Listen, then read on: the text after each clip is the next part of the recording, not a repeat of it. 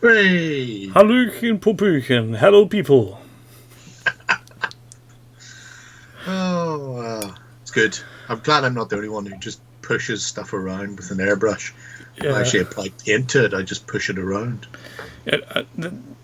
Basically, if I had thought of it for just 2 seconds, I would have known this can go well. But did I think? No. I was totally excited using my new toy. But I have to say, it's not necessarily a bad thing to do. I see a lot of people will sometimes say to use a hairdryer to paint or to dry layers when you're airbrushing to speed things up. But a long time ago, Jay Adan, who I will... Actually, I'll find him and I'll link him now. It's probably the easiest way to do it. Jay is a site member. But he has his own YouTube channel. He's particularly good. He has done box art, studio paint jobs for companies in the past. And a long time ago, when I was just starting to get into airbrushing, he pointed out when you've got a dual action airbrush, you don't need to reach for a hairdryer to dry off layers. You can just use the air from the airbrush, so you can put paint down and then just put pure air on to dry it, and then go back in and put more paint on. So you don't need to set down your airbrush, grab a hairdryer, hairdryer it, then pick up your airbrush and go, no, just use the air. Yeah, the air will dry it, and it's good enough, and it gets you into the habit of control with the airbrush. But you have to be careful that the thing is really empty. So don't... No, you can have, because as long as you don't pull back on the trigger...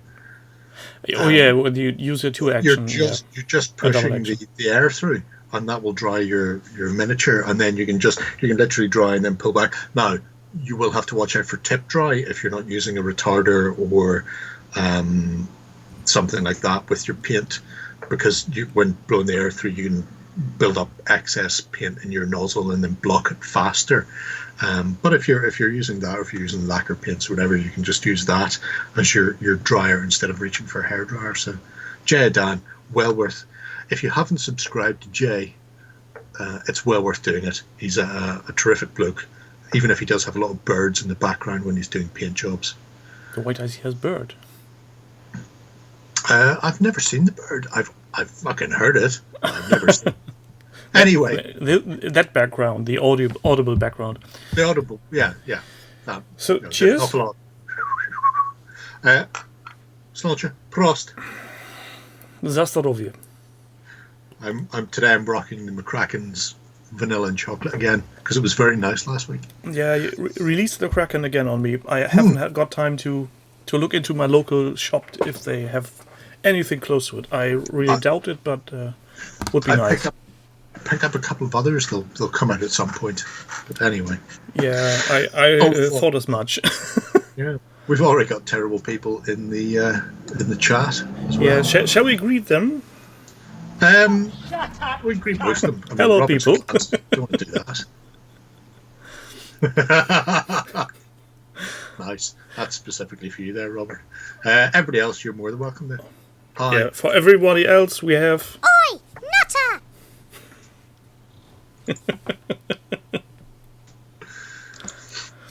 Well, we have a long list today. It didn't seem that long when I was putting it together, and in fact, I took a few out. If I counted correctly, it was 13 or so. Oh, you miscounted, because I think you'll find it's closer to 17 or 18 or 19. Maybe it's not. Maybe I actually removed a few. I think you have removed it. If it had been more than 15, I would have started to reduce any. I'm going to say you haven't clicked on all of them then, because we'll start with this one and we'll see where we get to. We'll start with this very big Jabberwocky project. Beware the Jabberwock. So I've seen the movie ages ago, and I can remember it was around the same time I watched Time Bandits for the first time, and I loved it to bits, even though it was a crappy German translation. It's an excellent film. But it's weird because I think it's Gillingham's first non-Python film he did. I think so too. So he didn't do. He did this, and then he went off and did Brazil and did all of the other stuff. And I remember looking at it, going, "Oh, look at the it's Terry Jones in it as a peasant, and Terry Gillingham directed it, and this is going to be like another Python thing." And then you watch it, and you go, it's nothing like the Pythons. You're going, and if you have seen Time Bandits, it's much more like in that vein. Yeah. But this project's been ongoing for a little while. I can't remember if we've looked at it. I have a sneak suspicion we looked at it way back. I think it was one of the first. Yeah. Because the title somehow rang a bell. Yeah. And also the fact that he has the DVD cover in his title there. Somewhere. Yeah. Just amuses me no end. So I still need to hunt down that DVD. That's one that's missing in my collection. I have Brazil somewhere, and I have most of the Pythons, but Jabberwocky is still missing. Oh, we'll have to rectify that. Yeah, definitely. By the way, did you watch the Star Wars prequels in German? No, I haven't watched them yet. No, I had a busy week, and I didn't have, or busy weekend, and I didn't have time to read stuff with subtitles. So that's still something you can look forward to. Oh, very much so. Very much so.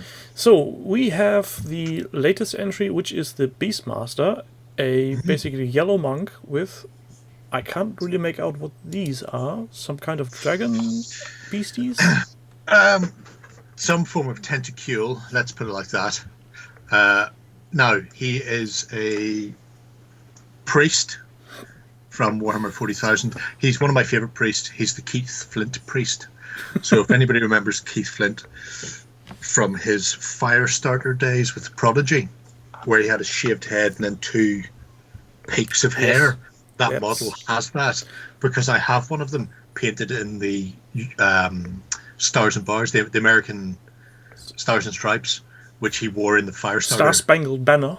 Yeah, which he wore in that video, because that always amused me. And you do half the hair purple and half the hair green, and you have Keith Flint. And have you added his piercings? He had very prominent piercings on the eyebrow. That is very true. No, I never bothered. Because there was quite enough going on there already. But the Beastmaster was a Necromunda psyker, because you had... sorry, I'm not watching the Borussia Bayern match. That was a stunning strike if I was watching it. The totally excusable. One of the various types of psychers that they have. So you had Beastmasters who could summon like rippers and all sorts of stuff, or you had pyromancers, or you had weirds. So they had different flavors of Beastmasters. So I don't know if it's specifically for Necro that this has been done, but it certainly has a Necromunda feel, especially when you look at the unusual looking creatures that he's built there. Yeah, let's put it like that. These look really weird. Yeah, which is perfect for 40k. What can I say? So which version? 9? Any of those. But again, you've got this unusual group where it looks like they are the... I swear I've seen those wings before, but I just can't work it out. They feel like something I've seen in miniature form stuck to something else. Could those be some kind of gargoyles? It's entirely possible. Because the poses aren't very dynamic. Yeah, but then the bodies themselves look like the old early Citadel dragons. Scorpion dragons, he's calling them. Is that... in that case, that could be a thing. Oh yes, work in progress with Beastmaster and Scorpion dragons. There's quite a lot of... I mean, if you open the GW's back catalogue, assuming that's where they come from, there are a wealth of dragons, from dragon eggs. I'm not going down that road. many big things. So the day we start opening the Soul of Legends on this, we are doomed to never end the stream. I feel. Yeah, good old SOL. Great site for anyone who doesn't know. Stuff of Legends is a repository of scanned old GW, Citadel, and who knows what catalogs and old miniatures. They do a wide variety of miniatures from across companies. It's particularly good for Citadel because they have quite a lot of the old Citadel catalogs scanned in. Yeah, these old mail order grey tone copies. Yeah. So, I mean, but I don't think they are active anymore because when we did the catalog from the Black Eye miniatures game, I've mailed the guy and said, look, I've got these freshly scanned in. Do you want them? I haven't got any response at all. So I'm guessing there's nobody reading emails anymore. No, I mean, that's entirely possible. But, it's like many things. But it's still there, and it's a great resource. Yeah.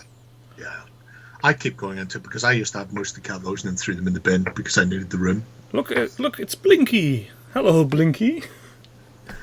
Don't worry, he won't be here long. That's back in 20 minutes. He'll be back in 20 minutes, and in 20 minutes' time, his internet will be down, so we won't have to worry about him again. Maybe. Anyway, we're getting distracted by we're that. Not through the first project and totally derailed. No, very derailed, and it's all Blinky's fault.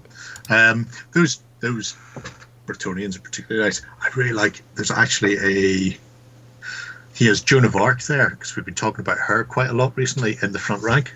So the Joan of Arc version for Warhammer was called Repance de Lyonnaise, I believe. So she's the ginger lady, second from left in the front rank of the main unit of knights. And beside her is actually Lucretia Belladonna from the Dogs of War, with the magnificent casting ability. I really have to say he's making a lot of colors pop in these few minis. Oh, yeah. It's Oh, yeah, go nuts. It really is a case of going nuts. He's even done plaid there on one of the horse curtains.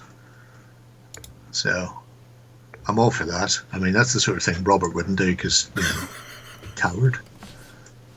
Oh, Blinky wouldn't either because he's a bit wanky, It's all right. He's a way to get his tea, he won't know. But it's just so nice seeing those miniatures out there and seeing them not done the grim, dark way, seeing them done in a fantasy riot miniatures of colour. should be, in my opinion, be done in bright, pinky, puppy colors. Not even fantasy miniatures. If you look at the historic equivalents, they were in ridiculously bright. I blame Hollywood. See, if you watch Vikings, every fucker in Vikings is the most goth ever. They're all, they're so goth they spend their weekends cutting themselves and listening to the fighting. I think the Cure. I think the biggest problem with this is that all the movie materials people usually think of first is like with war material. It's black and white. Yeah. People have a hard time imagining the colors. Everything's grim and gritty and dark, and it's like Batman. It's like DC versus Marvel. Nothing can be in bright colors. It all needs to be gritty in real life. But sometimes real life isn't gritty. Sometimes real life is just poppy as a damned. So, if you want a realistic depiction of medieval colors, you actually can look at what's it called? You look at my Monty Python's Quest for the Holy Grail. Yeah, that too. Because all the knights are in shining armor, as long as they don't fall into the dirt, and all the peasants are black and white. I picked this up in one of the museums in Stockholm. Medieval manners of dress? Yeah, of which there are far too many. But essentially it's just a book full of various types of medieval clothing that's been reproduced. I think BT is especially mean to you today. It really is. Your camera is very... the picture quality isn't that great. But I've noticed that. But since you're on the small corner of the site, most people won't see it. Anyway, yes, medieval man of dress. If you want that, it was very reasonably priced. You just have to go to the museum below the Riksdag in Stockholm. Short trip. So short trip for anyone. I would give you the ISBN to order it from somewhere else, except it doesn't have one. So your only way of getting that is to go to Stockholm. If you're in Stockholm, stop by the International in Norrlandsgatan and say hi to Jono and Jerry for me. But yes, colours, great, fantastic, and All of the colors. and this is a really nice project because he's just gone back nuts on it. You know, every night has its own heraldry. Every one is a individual. It's not like there's even the constant theme is the basing. I just was about to say though these are separate in each color, the basing is so much on par with each other that they are visible as a unit. Yes. I mean, there's Tristan the Troubadour and Giles the Jungler from Perilous Quest as well. Yeah, I mean, just everything about this is just screams. Screams. Screams. Why do I not own Bretonians? I don't own Bretonians because I give them to a kid at my club who wanted to start Bretonians and couldn't afford them. So I give him like 3,000 points of Bretonians for free. Who was I to know that Bretonians would disappear and that would be worth a fortune? I'm too nice. Is the kid still around? That club hasn't existed for about 20 years and I have no idea whether or not the kid's dead. I imagine he's probably dead.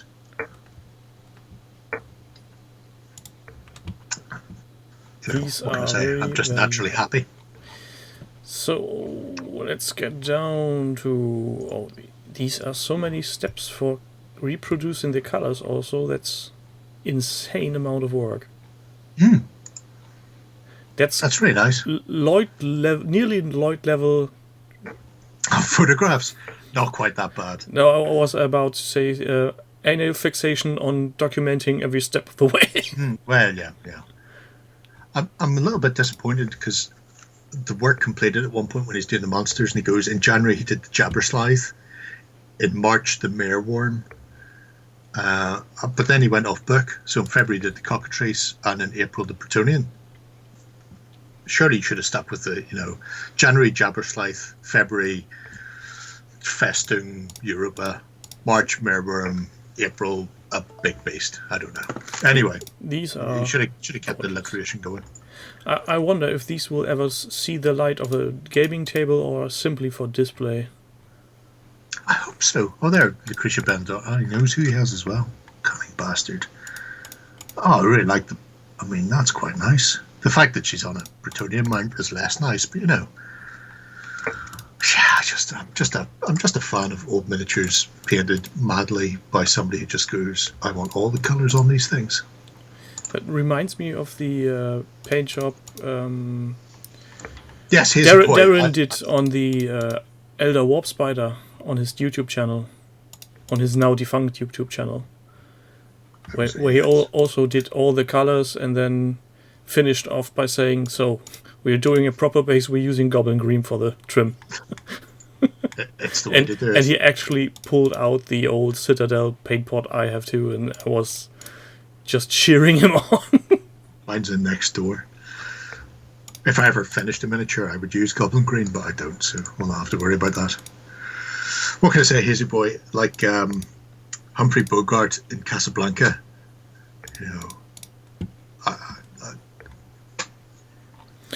Well, I just always take the worst possibility. Shall we jump to the next? A second project. We've only gone for 20 minutes. That's a new record, I think. We're not bad. To be fair, we hadn't visited that one in a while, and he's done a fuckload. Yes, definitely worth a revisit. This looks like the Captain of Americas. Some guy. Marvel Crisis Protocol. Marvel Crisis Protocol, and for once not Hazy Boy. This is Jello Sloth, which I just want to say, amazing name. if you get the pronunciation right, I was battling it a bit. Yeah. Now, we looked at this in the past, I believe, for some of them, but he had done a bit more work recently. If we have, he has changed the project logo because I can't remember the Captain America. Yeah. Looking at this paint job just makes me want to bite my table. Well, maybe I hadn't looked at it with you. Maybe I just looked at it in general and just swore. But I thought we had looked at this. Regardless, it's beautiful stuff. He has done a terrific job, and it's really nice watching these individual miniatures come out because he's really gone for the full comic look. Yeah. Yeah. I mean, I know Hazy Boy has done And he's not all doing of them. the in comic look, but the cover art comic look. The Yeah. very over the top, accentuated. You know what I mean. I do. But Over highlighted I want things. to hear you say it. But yeah, Don't listen when to you- me. when you Don't do look as I do. Do as I tell you. But don't look listen at to what me. they've got in there. I mean, the first few miniatures are nice in themselves, but as you go through here, there's just a wealth of stuff coming through, and there's a fair amount of tutorials in there as well. It's a brief overview because if you look at that, he's obviously spent a fucking age, especially when you see Iron Man later on. There's so much highlighting gone. Yeah. I mean, Iron Man gets a bit more of a look over than some of the others, but the Captain America, the work done on him and done on the shield is super It's poppy. awesome. Very, very comic booky. I mean, it's just fucking amazing. And Captain trying Marvel Iron is- Man as a non-metallic metal is... Yeah. I couldn't really imagine any project to be more bonkers. Yeah, I went one step further by just not doing that. I looked at that and I went, you know what? If I spread silver and then throw a candy-colored ink over the top, Yeah, I then can that remember. solves it. Yeah, and it was much, much better. And there we have the Red Skull. He didn't, cast OSL on his face, so I feel I win that battle. You got to take it where you can. They're small victories, but I'll take anything I can do. This tutorial is really intense. Yeah, and this is the crux. This is why I looked at this one, because he's done a bit more work on this. When you look at the initial stuff, it's great paint jobs with a small amount of tutorial. It's not deep, it's not step by step, but you hit the non-metallic metal on Iron Man, and it is very detailed. And you look at the first one, and you're going, he's covered that in ketchup and mustard. Yeah, that's... How is he getting from that to an Iron Man? And he's getting along nicely. And he shows you how he goes from ketchup and mustard to Iron Man. By Christ, it's good. Also, the rulers are very cool. Yeah, even the terrain and the rulers, it's all very good. I feel I could have done that with my rulers, but I didn't want to. Well, those usually tend to be grabbed too often to keep a decent paint job, so why bother? To be fair, it was the first time I tried running ink through an airbrush, and it didn't quite settle and work in places. So they look similar to his, but different. The Iron Man looks like he's literally on fire. Yeah. Yeah, he's a cheeky bastard. So if people can go in there, if you've not smashed his buttons already, feel free to do that. If you have, feel free to take them away. We don't want his head getting any bigger than it is. 195 recommendations already for Jello Sloth. Yeah. He's a sloth. He's made of jelly. He could be a candidate for some buttonings. Could be that. To be brutally honest, the way it works now is I go, look, Ben, to save you having to go through all of the projects, I do it on a Tuesday, and on a Wednesday I give him 6 and go, here's what we found last night. You may now pick from these, Ben. So we are basically doing work for Ben. Well, I feel like he needs it because he does far more work than any of the rest of us combined. And being honest, it really gives a bit of meaning to the whole shenanigans here. Yeah, I don't want people to think that we have any meaning here whatsoever, though. Could be. But speaking of, I did make myself a note on the Weekender. Yes. Because I wanted to get your opinion on this. Warren had this mat with this felt mat. And I feel the idea he had with putting terrain under it to make a real hill, it looks nice. But I think if you're not playing with full metal minis, you're going to have a very bad time. Going to have a bad time. Because the felt isn't really sticking to the ground, so there will always be some kind of tension that they could tumble over. Yes and no. I'll tell you the yes first. The only reason he did it was we got that Geek Villain mat in about 5 months ago. And Warren went, it's not neoprene. It's not made out of mouse mat. I can't rub it and throw dice on it and make a thud noise. Why would anybody do this? And then I went, because you can put stuff underneath it.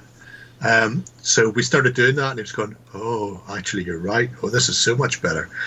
But the Geek Film mats were just 6x4, 2 meter by 1.5, whatever it is, and no more. It was tight. I think ours were actually just slightly short of 6x4. On a 6x4 table, they didn't quite reach the edge. That's a bit short. So he went back because there's a company called Cigarbox Mat that I have 4-5 mats in next door from, and they do them slightly bigger than 6x4 specifically because you can put stuff under them. So he went back to Geek Villain and went, could you make them bigger so you can do this? And fair play to the guy from Geek Villain, he actually went yes and redid them and sent 2 new mats. So the original one they sent out was just a green grass mat, and then they sent the ones that Warren reviewed. If you put a regular hill under a mat, if a miniature wouldn't stand on the hill, it definitely wouldn't stand on the mat. In smaller scales, it works better. I use them quite a lot for 15, 10, 6 mil, 2 mil, whatever it happens to be, for small games. Not small games, but small scale games, because you don't have to worry about them tipping. So Flames of War, they're amazing. And there have been times in the past where I've literally gone to a friend's house to play, and we've put a couple of hills under it, and then I've taken like my jumper off and rolled it up and put it underneath, because you don't need much to make your landscape. So those fleece and cloth mats are excellent. They're very different from your neoprene. You don't need to make a set of neoprene hills for your grass mat, for your snow mat, or not neoprene foam hills for your grass, your snow, your tundra, your lava. You can just make one set of hills and then throw a cloth mat over the top. But if you are playing in 28 mil or bigger, and if it's a metal model, they'll overbalance easier. So you need to make sure that if you've got a hill, you have at least a 3-in-1 incline. You may correct me on this, but hasn't GW in the early days of White Dwarf done similar things? Oh, way back in the day, yeah. In fact, GW, one of the last products I bought from GW was their grass mat, which was £20.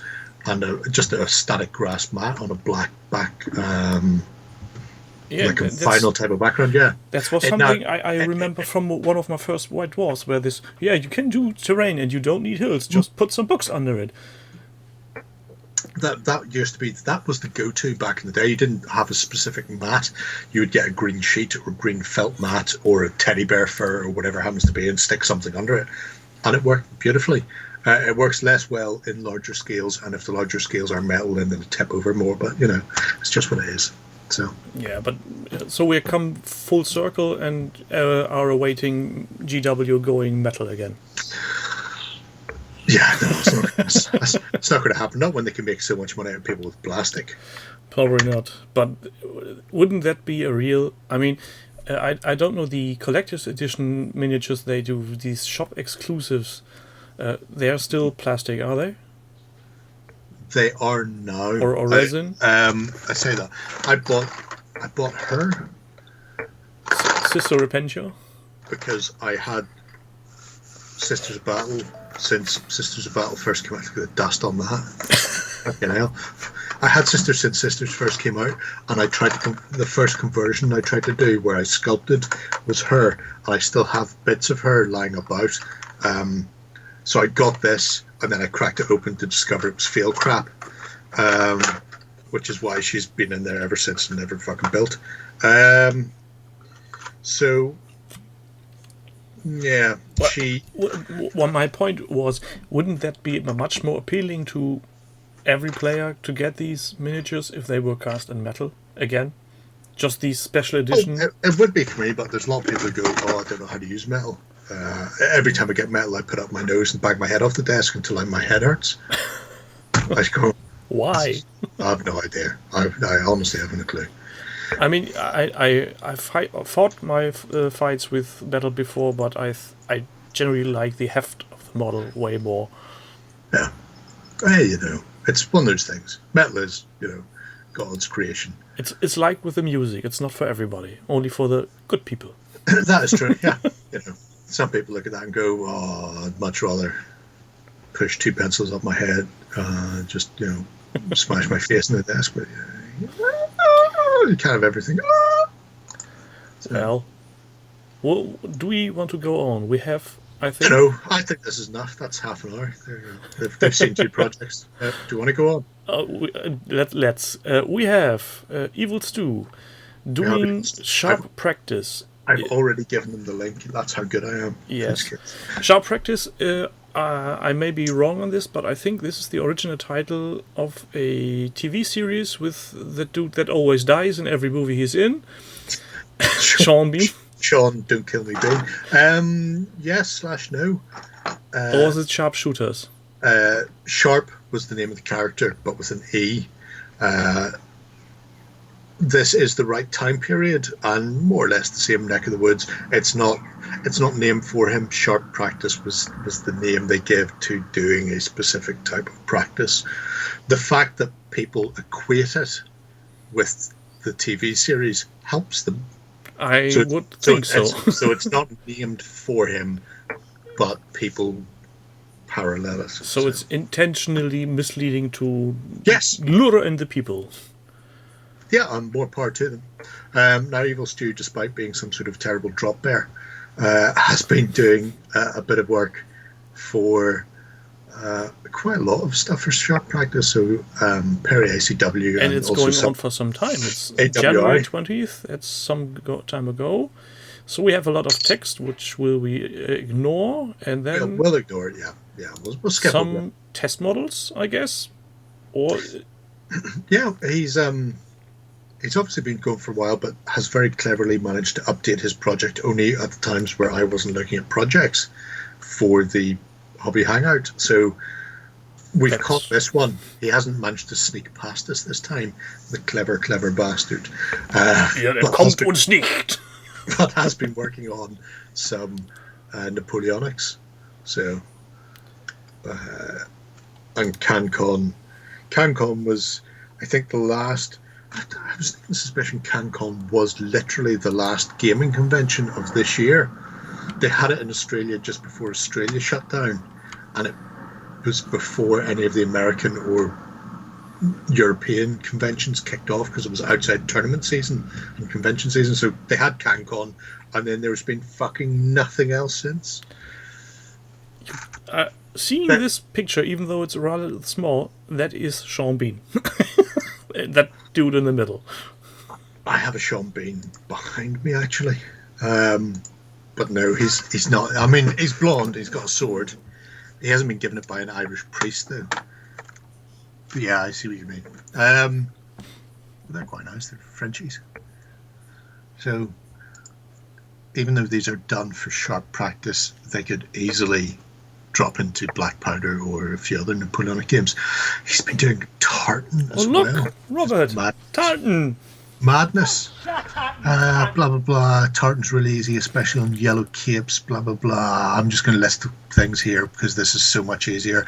Practically, it's not even worth talking about, Robert. That's what he says in the text there. So, I mean, he's more or less calling you a cunt, Robert. Very indirect and on a... No. Yeah, these... Why buy Sean Bean Mini? He'll not be that. No, because it's for Sharp, so he won't be the first casualty because the fucker never dies in Sharp. I can't really remember. It's been some time that I've seen that. No, he survives the whole thing. It's amazing. A unit of Sean Beans. Well, that would be goblins, wouldn't it be? You're thinking of green beans. They're different. Green pea shooters. He does say bastard an awful lot. Bastard. Bastards. Chosen fucking men, you bastards. Well, that's the disadvantage when you're watching on German television 20 years ago. You only get the translation. And it's like, every dialect is totally lost. It's like action transvestite. Eddie Izzard. Eddie Izzard did his first comedy show in French and he spent an age talking and doing all of the voices like he does all the time, and did his James Mason, and finished, did the show, and it was great. And then at the end, somebody came up and went, all of his films are dubbed in French, so nobody knows Jim Mason. So that whole James Mason as God was completely wasted on the crowd. Nobody gets a big laugh in England, but nobody knew what it was in France, so he just sounded like a tit. Well, somebody should have told him before. Ooh, crazy redcoat.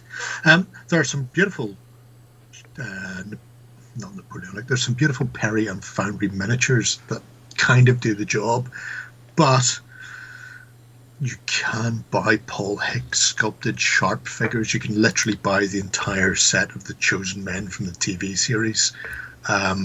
Is that a legal product or something? No. From Brigade Games in America, if you don't mind paying the import. But yeah, it's behind me. Even his sergeant is Darrow O'Malley, is Harper, and he's got the 6-barrel swivel gun, naval swivel gun, which he shouldn't fucking have. But it's amazing. Well, I think you're paying. I'm poor as well, but only because I keep buying random shit that I shouldn't buy. You know what I need to do? I need to save money. I need to stop buying expensive things like that you'll see on Sunday, because that was fucking outrageous what I paid for that unit. That's an appalling unit. People have bought armies for less than that unit. Anyway. The question is, why do you keep doing it? Because I have no self-control at all. I'm pretty much like Edward Norton in Fight Club. I'm sitting here playing solitaire, and then I'll black out and go to bed and wake up the next morning, and all of a sudden something will arrive at my door and £200 worth of fucking lead soldiers. Or maybe somebody has your bank account and just messes with your head. Well, Firefox to them, they're sending me tiny fighting men. But yeah, no, Dutch, we won't go to Westphalia. That road we won't go. Not today. Not today. We certainly wouldn't want to see anything like his Gary Chalk sculpted fucking lone wolf. Didn't know. I'm not looking. I now know a weakness of yours. If you don't stop showing me these things, I'll poke my eye again. Oh, actually, no, I'll just put that back down then. Let's just move on, folks. We're all friends here. Nobody has to poke anybody's eye. Next up is Laughing Boy. And this is a rather different project, because it's not really a miniatures project, but a collection of his streams he did with his son, if I remember correctly. Correctamundo, mein Freund, Correctamundo. So yeah, this one should take much less time than our previous 3. But if people are interested in seeing some games being played, Martin has done a substantial amount of streams, both with his kids and some of his kids' friends. So they have Nemesis is the most recent, but they've also got Highlander from River Horse. They've got Hero Quest is in there, Fury of Dracula.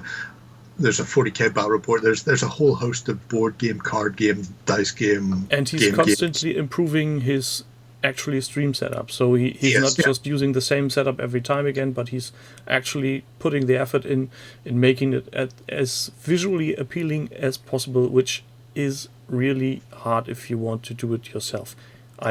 Everybody who thinks that is children's work, I dare you try it. If you don't have really good equipment, it's a lot harder than it looks.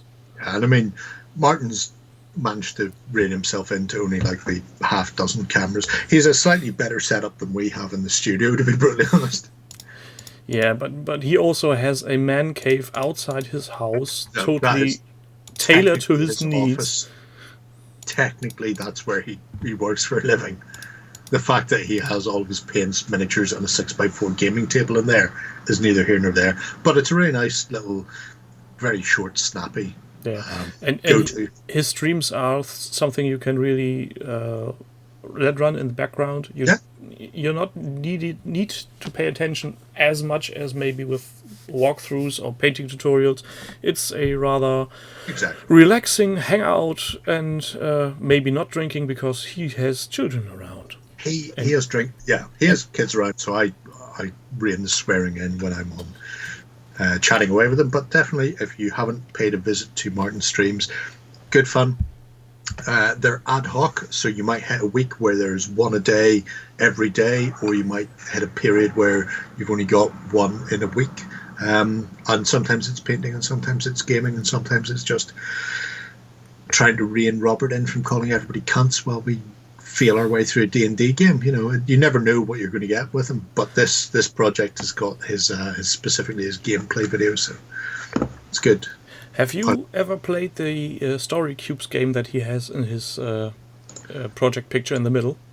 No, that's Rory Story Cubes. It's I think it's an Irish one. I know. You should. Lawrence keen on it. You really should give that one a try. It's a heck of a lot of fun, especially if you use more than one set, because you're literally just throwing D6 with symbols on it, and then you have to make up a story, and every time you use one of the dice, that needs to be implemented in the story. So if it's showing a bridge, somehow a bridge must appear in the story. Right. And if you give this a little twist and do maybe a little drinking game with it, that gets a little bit more weird and fun. I'm all for that. I'm trying to see. I have a copy of a game from Hogshead called Bayern Munchausen. Oh, I think that's much in the same. It's buried somewhere, but essentially all it is like a 40-page pamphlet. And you play not Bayern Munchausen, but you play nobles of his era sitting around, and it's like 40 or 50 pages of one time I defeated the entire Ottoman Empire armed only with a pin, ... Or, you know, it'll be a one-line lead-in, and then you have to explain how you got there. So I'm all for games of extravagant line. And the funny thing is, my wife bought these years ago. They were on a sale for, I think, about €3 each, and they're actually expensive. Yeah, they're ridiculous. A set is about 12 to 15. I mean, Studio Tomahawk, I think, takes its basis for Saga Dice of Rory Story Cubes. So, you know, they look at that and go, fuck it, if he can get away with that for theirs, then we can do it for our game. Yeah, so this is a really fun game. If you need anybody in the chat, if you need some quick game for your children, for your drunken friends, this is really much fun. Not me, someone else. Oh, Manda, you're meaning? Saga. It's a shame that you didn't hear the sound. I actually grabbed some sound effects for that, and it basically just goes hallelujah. Nice. I'm all for that. Next up, we have Oriskany. That's a name I haven't read in a long time. If it weren't for the last thread where I think Tim mentioned him in the airbrush thread. Because Indeed. he and Oriskany did a thread way back when, the great before times. Before the event, indoors. Don't remind me of that. Nobody remind you of the event. I won't tell you how much time I took that afternoon hunting down that weird thing, whatever it is. Oh, that's terrible. You should have just asked. An awful lot of those videos for the Weekender, I just supply. Going, we should put this in. We should put this in. I found a YouTube playlist which says all the emergencies playback in one go, and it was about a half an hour. Now, if you've not come across this project before, this is part 3. So, starting with the invasion of Poland in September last year, Jim has started doing essentially the Second World War on the 80th anniversary. So he's been working his way through. So this has been more or less being played globally. Various games like Panzer Leader or whatever it happens to be, and he's been playing them live with people from around the world, whether it's Australia, England, Europe, other parts of America, but he's been doing these games. So he's been doing it through YouTube and Twitch, and they're fascinating to watch, and also pretty interesting if you're into that specific part of history as well. So this time round, he's been doing a little bit of air combat. Yeah, Team Yankees. This bit of Cold War gone hot. So he's straight away from the World War II at this point, but they've been really interesting since he started doing those sort of historical live streams. They've got a little core group who sort of constantly pop up, but other people are welcome to join in and either play or watch along. So it's good. And given his reputation for historical accuracy, I can see him only using proper units and not doing adjusting on it. Yeah, you won't come across a bunch of stealth bombing, TIE fighting, X-wing Americans coming out of nowhere. Flying tigers. if they're on the table, they would have been in that area of operations at that time. In that quantity. Yeah. That's a lot. I will send you the Irish stretch in one, Robert. Don't you worry, son. But yeah, this is just to highlight more than anything else the wealth of stuff. He's not as prominent on the forums, but he's still very prominent between the Sit Rep podcast, his YouTube channel, and his projects. He's still doing a fairly substantial amount of gaming, and gaming that people can join in or people can watch along with. And if you've missed them, this is, like I say, part 3. You can go have a look at his profile and you can see part 1 and part 2. Like I say, starting last September and just tracking through from there. So you'll either hit something that is a specific event that coincides with an anniversary, or something that they've decided to do in and around a specific date or time period for reasons. But yeah, it's definitely having a go. Speaking of 80 years. Yes. Is that how long it's been since we had a drink? Yeah, you're right. The Kraken's is going away, folks. I'm pretty sure you will not be able to read this. I won't because my back's turned, but go ahead. I have to wait now for the delay to catch me up. Yes. So I can actually see what you're holding up there. I have Shanko Porter. I don't think you will be able. So I might as well read it to you. You're just about to lift it up to me according to my time-delayed fucking Oh, that's a really bad delay then. Oh, God, yeah. Oh, it's amazing. I've never invaded Belgium, Robert. So this, what I have here, this little red book, is from my grandfather. Ah! It's his war diary. He was in the Luftwaffe. Correct. And this is his handwritten reports on events between 39 and 45. Although fading a bit into the late 40s later on. So that's a read. Especially if it's your own grandfather. Oh, yeah. Yeah, I always wanted to do something with it. I haven't really decided on what to do. My father gave me permission to use it in any way I see fit, and that isn't, let's say, shaming or anything. Yes. So what I was thinking was about to make a blog on one of my blogs. On the one hand, simply typing what he has written, and then doing an English translation on the opposite side, so that the content could be enjoyed by everybody. Oh yes. Which no. Initially I've planned it to make timed posts, so that if the day he written something, on that day the post would go live, so that the diary wouldn't be online complete from the first beginning, but literally going with the years. Is it just a journal where it's that one book, and it's not every week or every month, it's just little thoughts coming in? There are pieces in between, there are days when he is literally writing, we're sitting in Bremen waiting for departure to the East Front. Oh, yeah. But he never arrived at the East Front. He got sick on the way and was carted back, so lucky me. Yeah.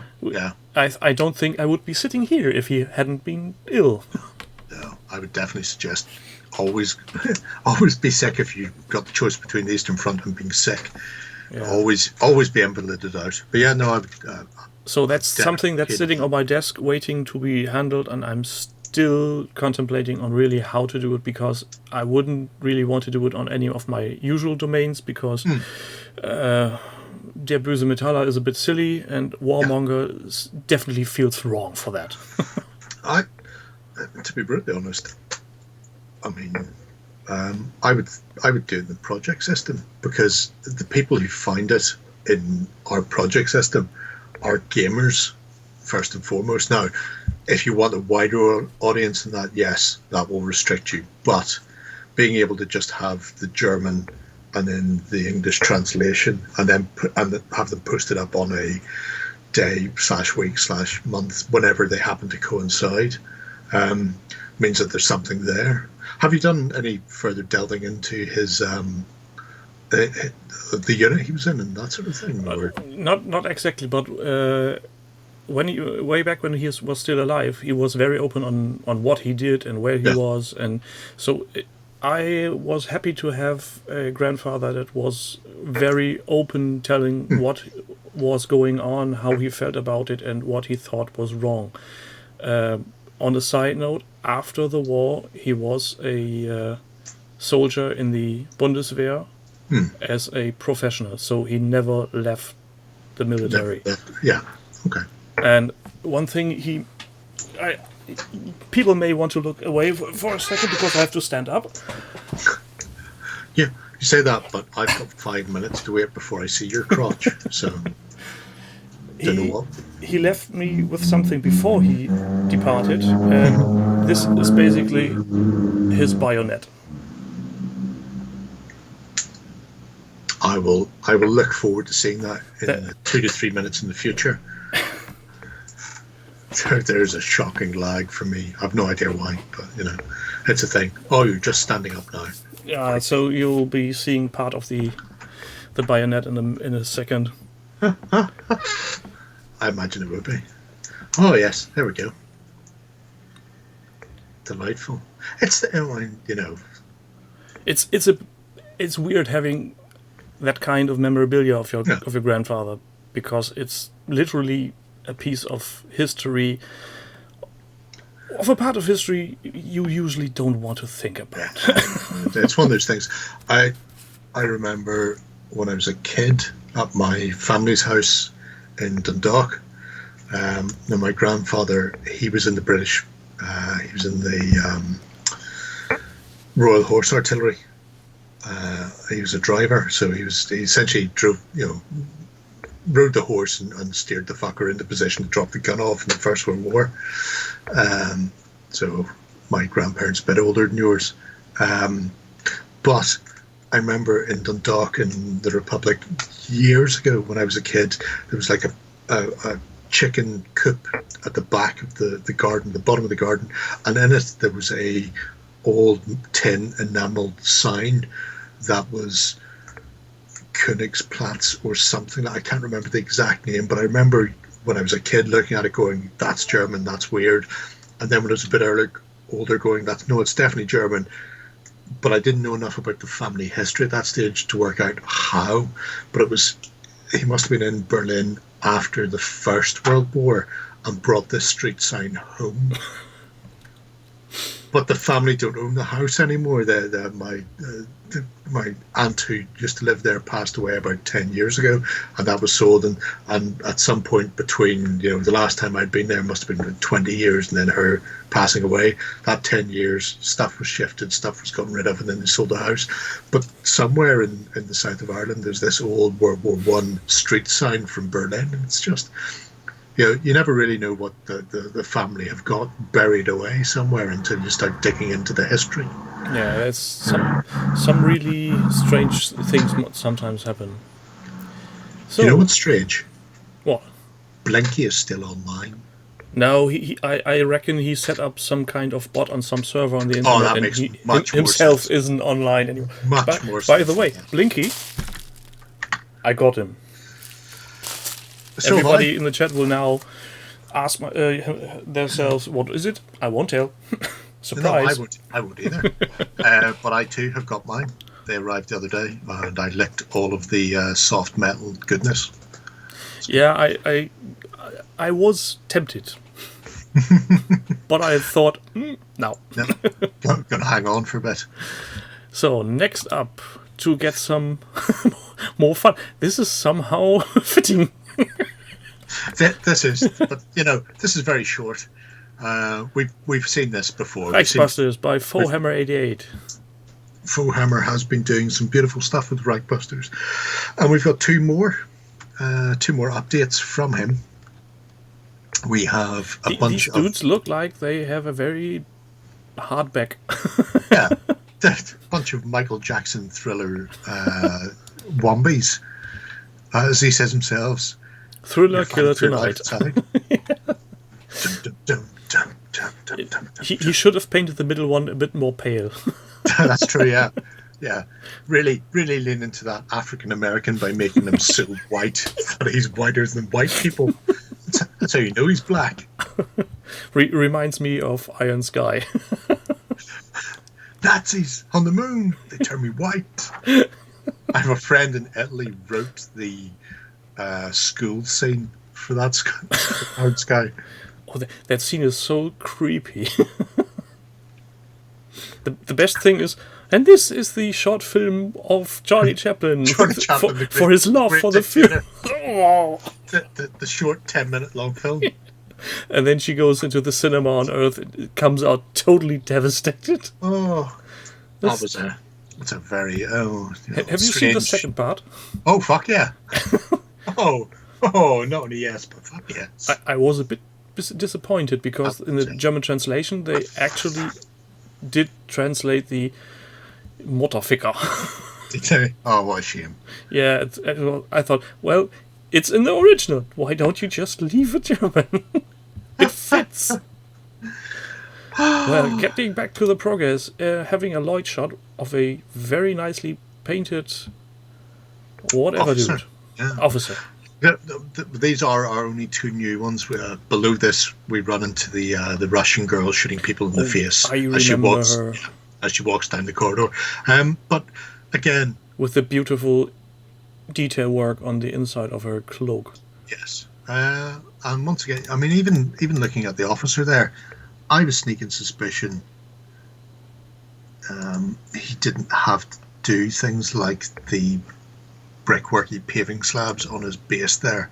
He could have, I mean, most people would have just went, I'll spray it grey and fuck a wash over it.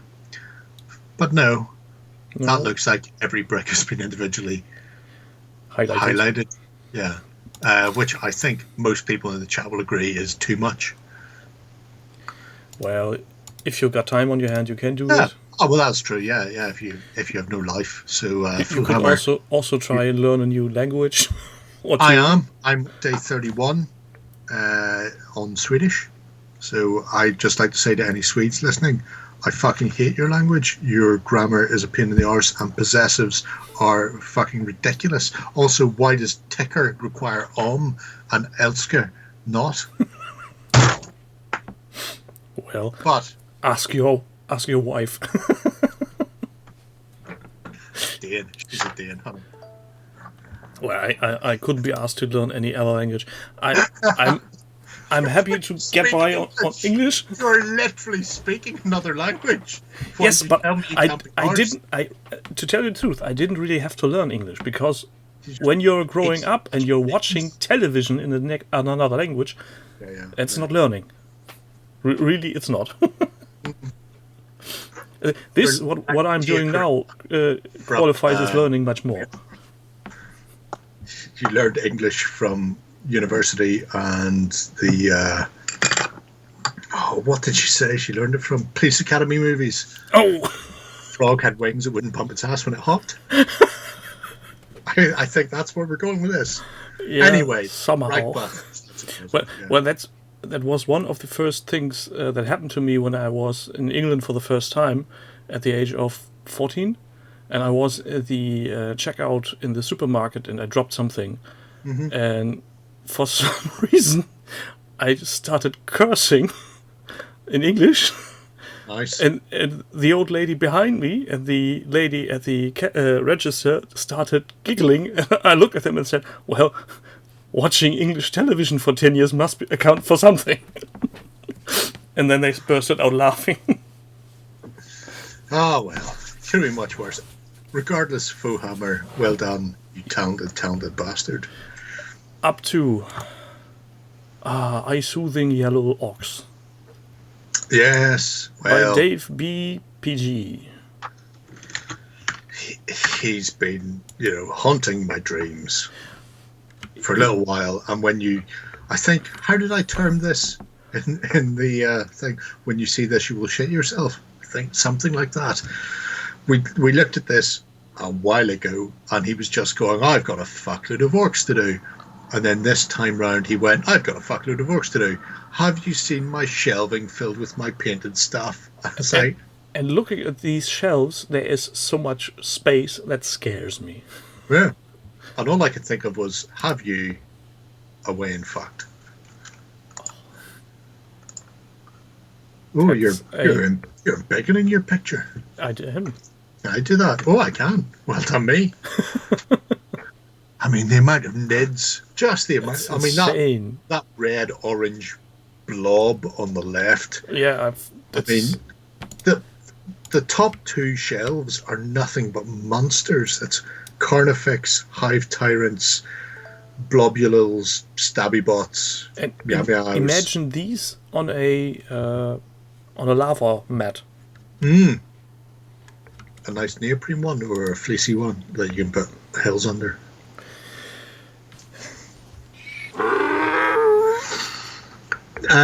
Dan, I would love to learn Mandarin, but I'm not going to, so thanks. I can't get around fucking ticker on, for fuck's sake. Anyway. And then some orcs, and even more orcs. A lot of orcs. Grot tanks. Yeah. Like I said, we last looked at him some time ago when he was just painting orcs for his Apocalypse Orc Army. We looked at that and we looked. With all his checklists. And we went, that's amazing, that's great. Firefox, go on, son, you do you. Yeah, orcs, go. At no point did you go, by the way, I've already got this, and Necrons and Ned sitting on. This is just a third army I need to do. Because I don't have enough. And it's the third mass army. If I would go on a limb, I would say the next one he does is Imperial Guard. Oh, I would imagine so. Just to have even more miniatures. At this point, he's just popping metaphysical wheelies back and forward. As we sit there with fucking nothing painted, just in the background. Yeah. And I mean, I could live with it if it was just spray colour and wash. But he appears to actually be painting them and taking his time as well, which is just infuriating. Yeah. I mean, if you've already pumped buttons into this... Have you seen what he's having sitting on top of the shelf? Yeah, I have. He currently has 121 recommendations. If you can go in there and remove any you've done, people in the chat, we need to knock him down a peg or two, because quite frankly... Where did he get a Nebula B frigate in that size? It's an interesting question.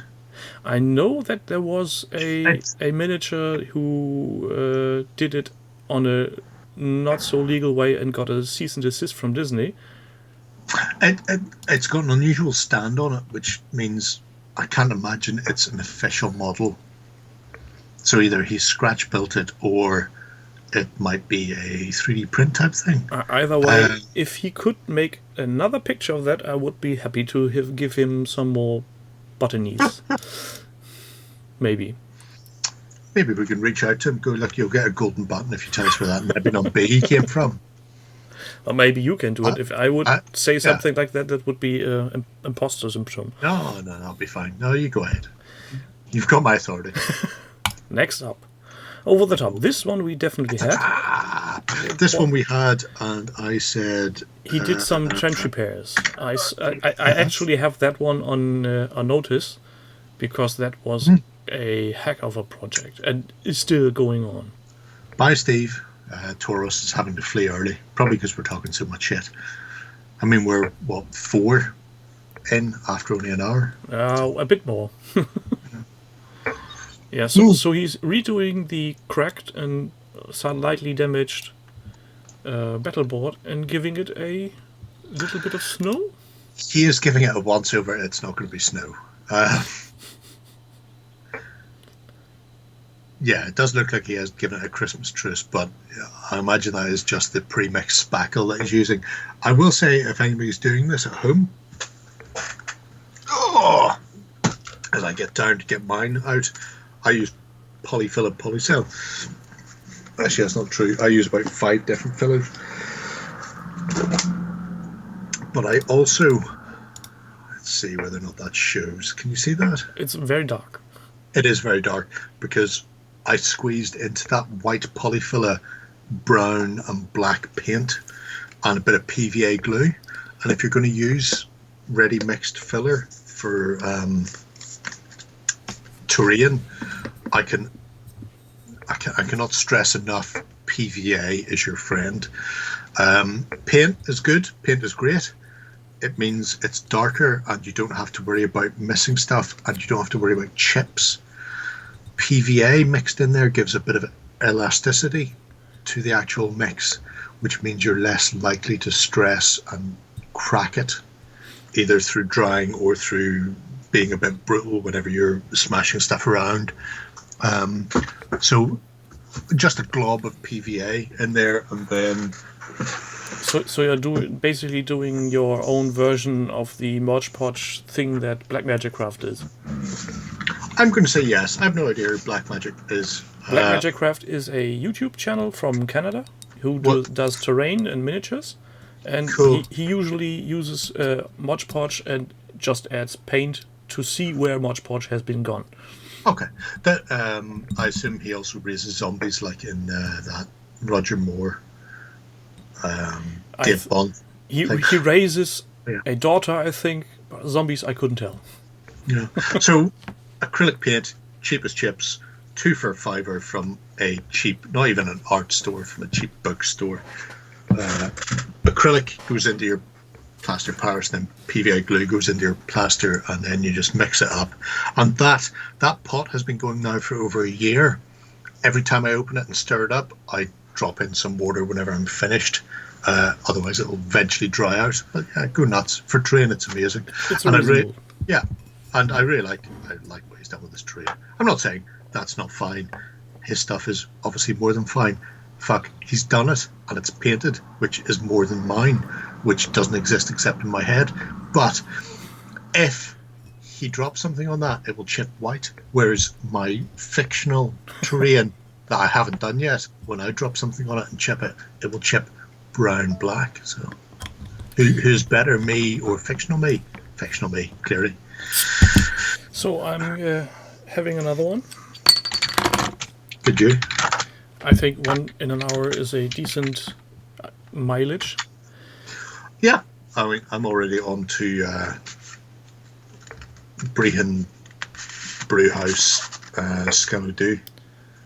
Oh, Panzer kaputt. That's not nice. Oh, might be. What can it be? Been to the works, yes. I have been to the Who's works. flying this thing? Well done, me. But if we look past his PVA-based spackly thing, God bless him, it's almost like he watches what we talk about. And whenever I'm going, fucking posters, look at the posters, His army's nice. His army is nice. But what about the posters on the wall? I can't see any posters. None. Scroll down one. Yeah, I know. I've already gone there. Oh. Yeah. Since Sorry, I've just in wash. Since we have been dodgeball. Since we have been talking about that in the last time when he has only shown one of the posters, and you were saying, well, we need more, and you stressed that even more on the, I think it was on the XLBS. may have done a little bit, yes. And I think a few hours later there was a notification saying, "Oh, there's a project update. You may want to look." To be brutally honest, on Sunday I deleted 27 updates for projects I follow because it was like, if I look at them now, I won't see them on Tuesday. So You will never see them again. I had to take the upper hand here and just delete them. But yeah, I feel this one is especially made for you. Guinness is good for you. Guinness is good for you. I mean, you can't argue with that. You can try. I'll cut you. Well, you can try. You can't have to come over here. And if you're here, I'm going to give you some more beer and maybe some Haribos, and then we'll be friends again. Oh, you cunning bastard! I like the porpoise laces there, the Atbara, which is quite clearly a colonial Zulu War-esque fight on that poster. And as anybody who's visited any of Denizens' projects know, he's right up there for the Zulu War, like myself. So I feel he's included that one for me in... maybe he wants another golden button and he thinks that he's going to do it by currying favour with Guinness and Zulus. And, you know, he probably will, because... It can't hurt to try. Warren and Lloyd and Ben, and they don't pay attention to what I do. So if I just throw this one out there and go, he should get a golden button, chances are he will. So you're saying I'm easily bribed. You're currently the opera of golden buttons. You're getting golden button. You're a golden button. More or less. There's Charlie Chaplin, that guy who did that delightful thing about those lovely Nazis. with the very long, very touching speech at the end. And Fritz Lang's Metropolis as well. Yeah. I just really love the fact that I want more posters, and he's gone boogaloo on that. Bananas. I'm weirdly, he also has a Old West project he's doing for Legends. We looked at it a month ago or so. So the Legends of the Old West cowboy game, and I found a set of Old West PDF posters and signs that you can download for free from Willie's workshop, and I just posted that to him like 2 days ago, going, "Oh, you're doing this, you should look at these." And I got a wee response from him going, "Oh, cool. I might stick some of these posters on." So we're both feeding each other's poster addiction. I'm just saying. With a small difference, he's actually attaching them to something. Yeah, but you know, in my head, I looked through, so I've got a load of World War II German posters in a box over there. And if I ever build any buildings, I can put those on, and I'm done. I've got that World War II German poster thing. That's fucking sorted. That's nailed down. Any minute now. I mean, I could just, if I had a building, I could put posters on. I would be super detailed. I just need to build. If you ask Big Ben, I'm sure he will have something for you. Probably would. That is true. Well, the next project came off as a bit of a surprise, since A, it's one of mine, and B, it's a rather old project. What have you had in mind with this? Or was this simply because someone asked in the forums for? Somebody asked in the forums, and then this was floating around on the Tinterwebs, and this is by Sun Dancer. Okay, well, fair enough. But somebody had been asking about hobby stations and paint stations, and the fact that they couldn't paint because they didn't have anywhere to put their stuff when they were painting and put it away afterwards, and they couldn't leave it out, and the hassle of getting their gear out, setting up, painting, putting their gear away was just too much, so they weren't really getting anything done, and we're looking for suggestions for paint storage. And then I found this by this Sun Dancer. I think Manda is right, it's pronounced Pandancer. Oh, it's like fucking Swedish in that respect. Probably. Swedish. Fuck you, Whelpador. Fucking turtle my arse. Anyway. Next Jerry can, how not to learn a language. I have fucking problems with Swedish and their inability to keep letters the same pronunciation. But anyway, it's a really nice little project, despite the fact it's done with some sort of computer instead of, balsa wood and that sort of thing. But it was just the idea that people are looking for ways and means of setting up hobby tables, hobby stations. Well, actually, it has been made of balsa wood or something similar like it, because balsa wood is not as rigid for this. It's not. You're correct. It would be too soft, although it is a hardwood. But because I'm very technically fixated person, I had to do a. German. I had to mix up some very simple geometries in SketchUp, and well, I did one in big, and after my daughter saw that, I had to do a smaller version for her as well. Oh, delightful! I mean, it does exactly what this person wanted.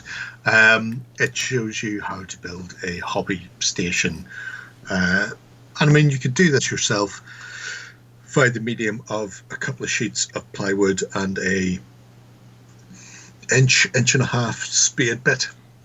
Yeah, it's actually, I think I was 32 mil for the larger bottles and 28 for the dropper bottles.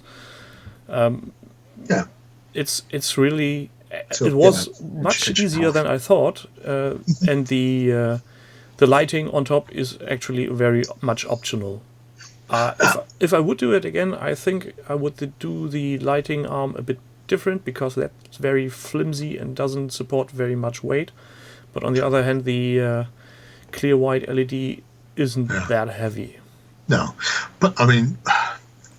And funny enough, that's the only part flimsy. I can't source at the moment. It is flimsy. It's flimsy because you haven't put a crossbar on that. No, the trouble is the wing nuts don't get enough tension on the screw, because the wood is too soft. If you had a crossbar on those, so essentially make that an A-frame. So you've got that, but you just need a connection across those. So you want that. You want an A-frame connection, whereas you've essentially got all your weight with nothing except the wing nut holding it. If that had turned into just a screw, or even a wing nut, and then a pair of wing nuts on a secondary support strut across those, that would be a lot more stable. So that's true, but in this form, I can really just lay it, if you look at where is it there? It lays flat, completely, without blocking anything on the table. Mm-hmm. And if those were two wing nuts and then a pivot point for your crossbar, it would still lay flat, but would be more stable without hitting you in the head on that. Just saying. Maybe I can get Justin to draw up something. Definitely. I mean, he's got a cathedral to work on because Notre Dame's still being rebuilt at the moment. I think he's part of the team there.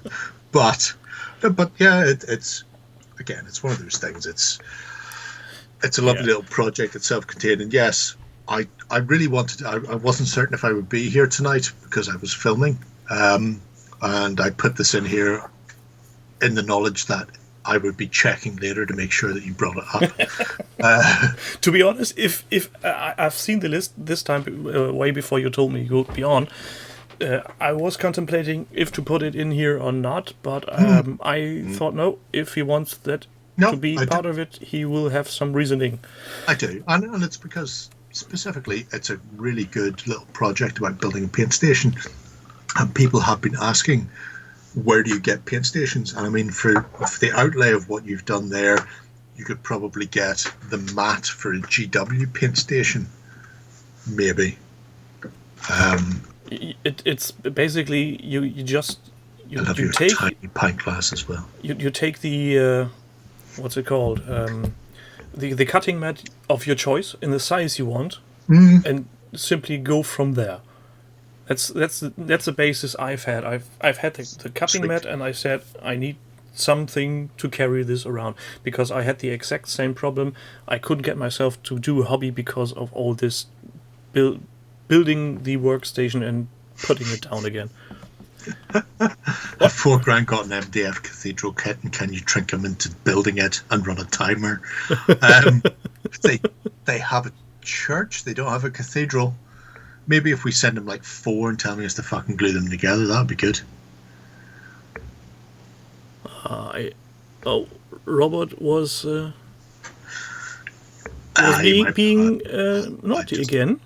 I just skipped Robert, whatever he's saying. I can't even say it. Oh, It's auto-moderated, but I will allow it. And it must have been a while ago. What did he say? he said it's pronounced cunt dancer. Oh, right. Oh, fair enough. Well, he's not wrong there. Yeah, you know. Oi, nutter! Anyway, this pun dancer fellow's only got 65 smashy buttons for his project there. Yeah, but it's 2.5 years old, nearly I 3. couldn't give a tinker's jizz. 65 is not enough. I can pump that bitch up. I'll be checking, and everybody in the fucking Tom can check what you've done. So everybody in the chat, we have your IP address. If I haven't got a fucking button smash on that project, then I'll have you shut out or something. A fucking worm. Switching on. Fire Blarney finished his Soros Warriors. We have been on this before. We were. It's not a huge. Well, this is the problem with doing this every week. Some people are very prolific, other people less so. But we were very impressed when we seen it. Yeah, and he's still impressing with the finished version of his giant turtley thing. He is. He is that. So a lot of colour. Saurus warriors themselves, again, like the previous iterations of the Blastodons and that sort of thing, it's a simple colour scheme. It's a garish colour scheme and a garish basing where he's found all the neon tufts that exist in nature and I think not nature. The amount of work he's done for the top diamond shaped part thingy is that's something. Oh, very much so. I mean, I can almost look past the fact that he's put them on an unusual round base, which won't help him playing any fantasy game at all. But hey ho. Oh, I'm sure that's just for display purposes. Oh yeah. He's probably got some sort of insert that it drops into to make it square, so you can actually play with it. Yeah, and then he will have some sort of movement tray for it. Yeah, it'll be fine. It'll be grand.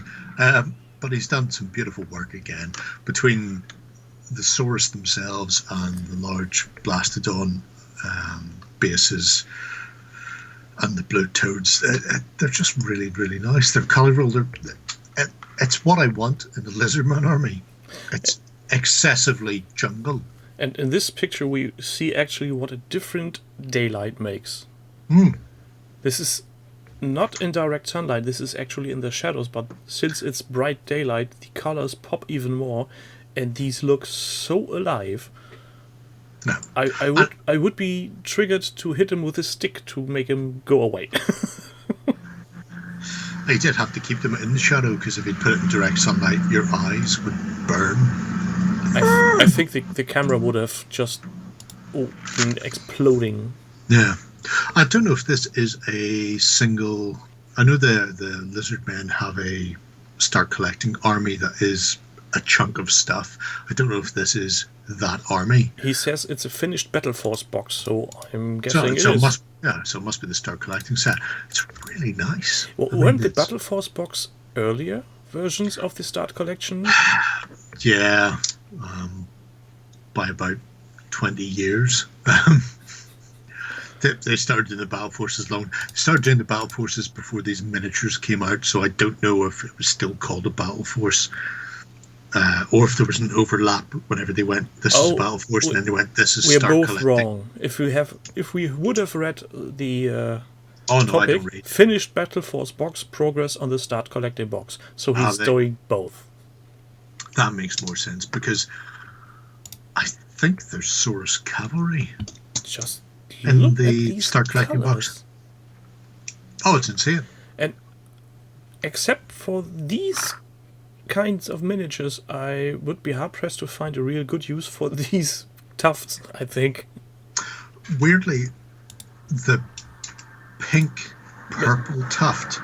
Maybe cyberpunky stuff, but I'd seen it last week, and I only seen it because on the Weekender we talked about Gamer's Grass, Yeah. and it's listed as Neon Alien in there. And up until then, I'd never seen that madness before.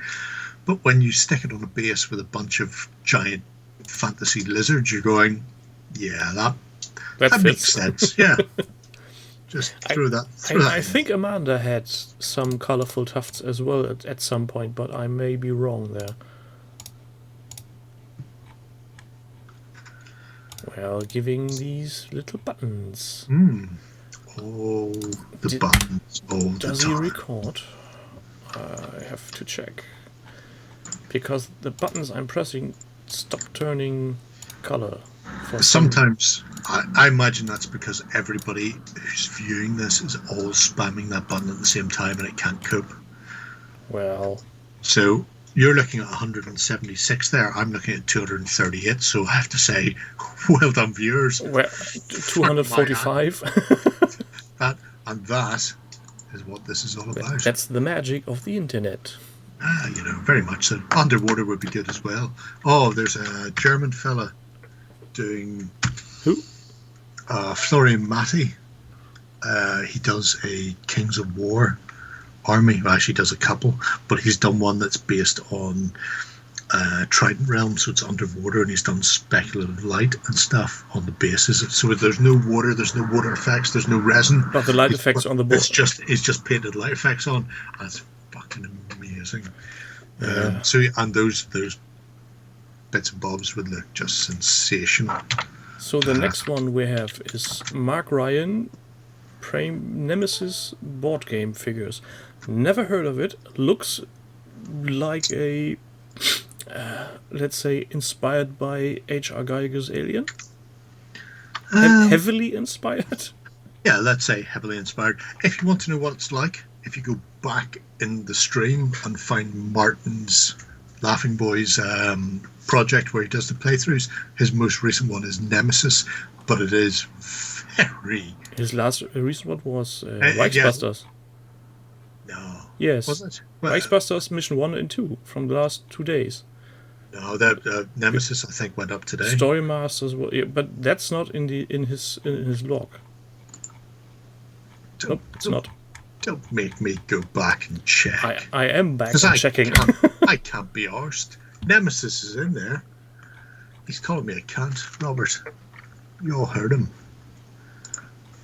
No, anyway. it's not. Not in the current one. Maybe it's an older Highlander Nemesis from 2019 January. Is it a year ago? Over a year. There you go. If you want to know what the game is like, go back to that thread. Like I said, it's in there.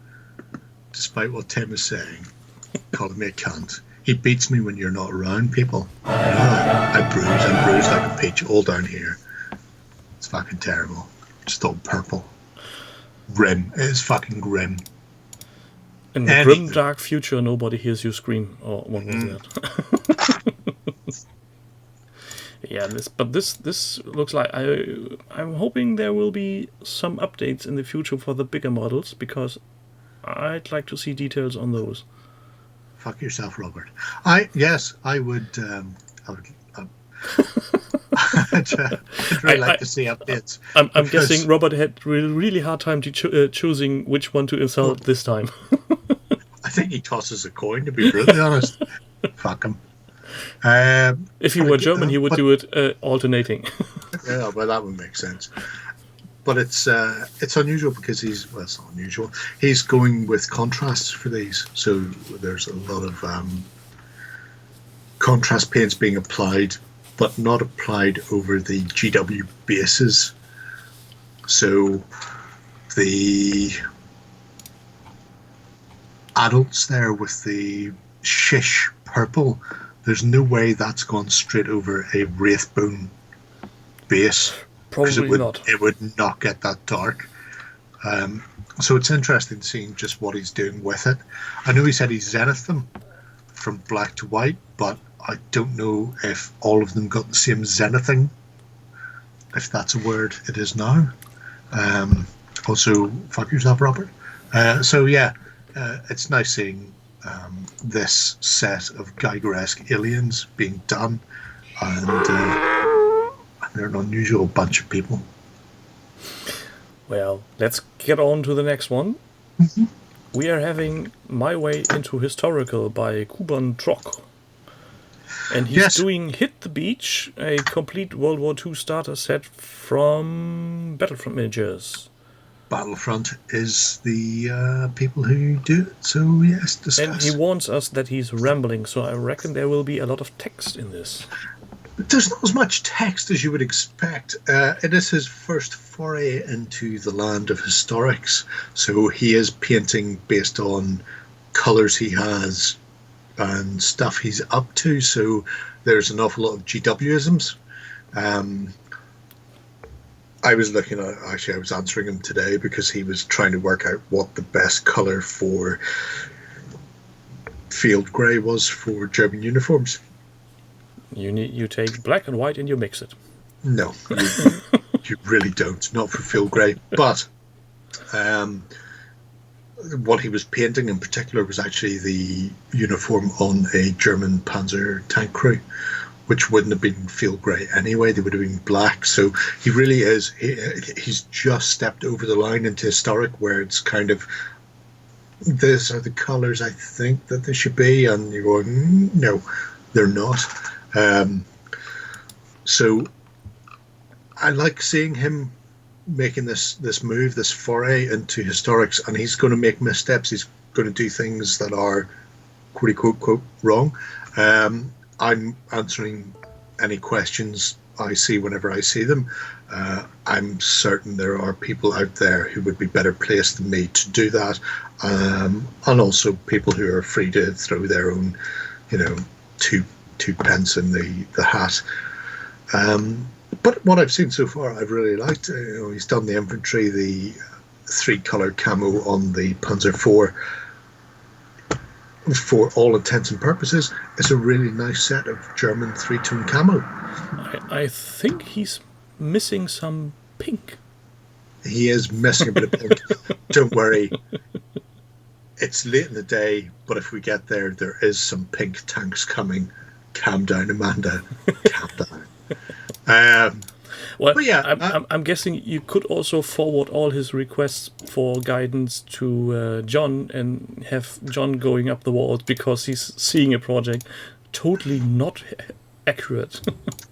You could, but I think he's got every notification turned off because Warren's going, I need you to paint these 4 miniatures for tomorrow so we can do it. So John is currently just gnawing on his desk. His desk is like 50% desk and 50% wood chip, where he's going at it like a beaver. But yeah, he's asked questions like which grey is the most appropriate for field grey out of these, the answer being none. Which colour should I use for that? How should I build my army? If people are into Flames of War and want to follow along and give them help, great. If people are into World War II painting and want to give them a hand, fantastic. Or if people just want to get in there and just give him some support as he makes his first foray into historics, I'd really appreciate it. And if you don't, you're like Robert. I really have to confess, if I were ever to get into any historical, I would, for the sheer pain in the eye of my opponent, paint any miniature the way I really would want them to look, and not give a rat's ass about how accurate it is. It's the way to go, certainly. It is the way to go. I think Warren's first German army for a proper Flames of War tournament was like that with his Nachtwolf, where he just showed up with essentially Iron Skies in a box to play against a load of people who were there for a proper tournament, going, what is this silver and black monstrosity with fucking flying saucers in front of me? Well, it's telling of me still giggling about the naked wolves. Because for everybody who hasn't caught on to that, the way Warren pronounces Nachtwolf is basically a naked wolf. So, yeah, a little biscuit. I have this. A friend of mine got me this a long time ago for me to use for something in Flames of War. because you just sometimes need a Nazi flying saucer. And then Warren beat you to it. But yeah, to be fair, I only had mine like 7 or 8 years before Warren, so there was never really any comparison there. He was always going to beat me to that. But yeah, Jumping on. Oh, this is hurting. We had this last week. we do, and I mean, we don't have to go through all of these. And But I'm still drooling all over the place for this kid. This is insane amount of detail he's done to it. yeah, and this is mostly just here to. This is just here to hurt me. This is the only reason this is in here. This is to hurt me. self-inflicting pain, is it? Yeah. This is, I'm not 20 anymore. I don't self-harm anymore. Remember, kids, along the road, not across. Yeah, do something right for once in your life. Don't try that at home. I need that Ben button. But we seen this last week, and he'd started adding extra greeblies. And he started to put the paints down. And this is just so that people know we're all shit. This is 42's world. We merely live in it. Because not only has a primer layer gone down, but you can't tell where he's added the greebly bits. You can't. No, you fucking can't. Because I flick back and forth between pictures going, okay, that's one. That isn't. That's one. That isn't. And it looks like he's already started to do the Aztec highlighting. So certain panels are lighter than others, but they're very crisply done. But it doesn't look like he's done it with a brush, because if you pull up one of the first pictures there, so you're looking at that one. Okay, let me look at that one as well. Where he started to add greebly bits. Yeah, no. The one you're on there is fine. You can see that there are panels that are highlighted. Yeah, I've seen that. In comparison to panels around them, but those panels are crisply highlighted. So either he's masked off specific panels and then airbrushed them, or he's gone in and just done a very, very subtle fucking paint work on it. I mean, it's just, well, I can't.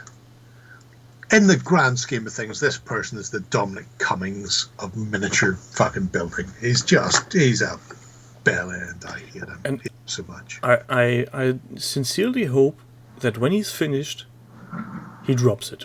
Oh yeah. I think we all agree that if his child sits on it, or if it's driven over by a fucking Land Rover or something, we'd all be much happier. On the plus side, no internal lighting. Yes, and So, it's what a not a waste gaming of miniature. He can't use it for anything. Yeah.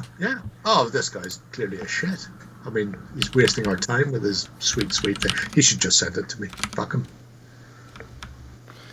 Yeah, maybe we can make him sell it or give it away. Yeah. Jumping on to the next depression. 32cm Bandai kit, which comes with brackets crappy lighting. That leads me to believe he's going to put lighting in this. No. If he puts lighting in this, somebody's getting cut. I think if he wanted to have do lighting on it, he should have added the fiber cables before painting. Well, that's true, yeah. Because if you're leaving those out, prime it, and then cut the fiber, you have a decent... Yeah. And Blinky's just saying that Star Destroyer is wanky. Yeah, don't pay attention to the bots. So, app controlled LEDs. Yeah, you bugger off. Bugger off's not even here. Dublin gobshite. Anyway, Next Amanda, up. this is just for you. Now I see why you edited this, because we have been looking at this before with the very shiny aggressors, and now we have Pair of AdMac vehicles, yeah. a very weird-looking hovery Mac tag thing. What you said, but in French. We've Le looked at tongue. this before. No, le tongue. And this is how do you photograph miniatures. This is not a project for the likes of us, but they've not kept it private, so it is a project for the likes of us. We found it, we've licked it, it's ours. Yeah, it's ours now. MacBeans is using this project to keep a catalogue or an ongoing archive of how they've painted miniatures, and they've thrown a AdMech vehicle in here. Now it says a pair. If it's a pair of the same vehicle, because I can only see fucking one in that bank of pictures, but you know. No, if you look on the top row, that's an open top Is version, it? and the lower row is Jesus. the closed version. All right, so it's the same vehicle but variants. Sort of. I'm yeah. with you. Okay, right. But yeah, so A, we've seen this before, and I like what they're doing. And B, it was a pink tank, and I immediately thought, Amanda would love to see this. What these tanks lack are some fluffy dice hanging around from the middle mirror. The thing is, they may have them, but because we can't see into the cockpit, we don't know for certain. So I imagine That's there true. are fluffy dice there. Then we need something like a large antenna on the back with a foxtail on it. Oh yeah, that'd be great.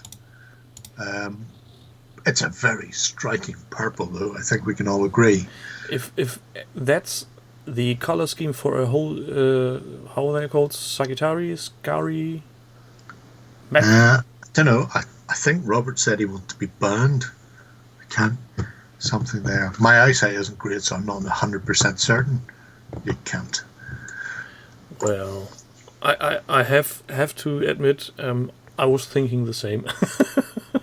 You may want to visit an optician someday. I would love to visit an optician. They're all shut because coronavirus. Well, I invite you to my wife's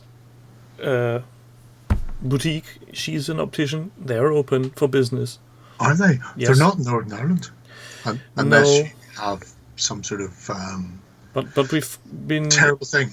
I went through the Who's update recently, and the current breakdown for countries that are worst goes UK, Sweden, America, Brazil, Peru, Ecuador, Northern Ireland, which means, because Northern Ireland is in the UK, it's in twice in the top 7 per capita because we're so shit at the coronavirus. That is how fucked our country is. If you haven't been paying attention, Robert, go team. Yeah, but to be honest, it isn't all rosy and shiny here as well, and my wife and I are somewhat jokingly, somewhat seriously contemplating on the thought of maybe going somewhere else. I would not suggest Northern Ireland or Sweden. They're both kind of fucked. Yeah, I'm now down to McCracken's IPA, by the way. Just in case we were thinking of Denmark. I could ask. It may not be great. Well, I was talking to Lena the other day. Well, actually, it was more or less in the beginning of all that, and she was quite happy about the thought. Oh yeah, she would be. Somebody Yeah. else she can play with. Especially if she starts to remember my daughter's name, which is Lena as well, Also and she Lena, tends to yeah. forget.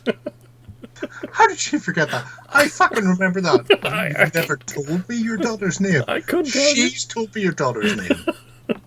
Maybe it's Jesus. because when I'm talking with her, it's early in the morning and we didn't have coffee yet.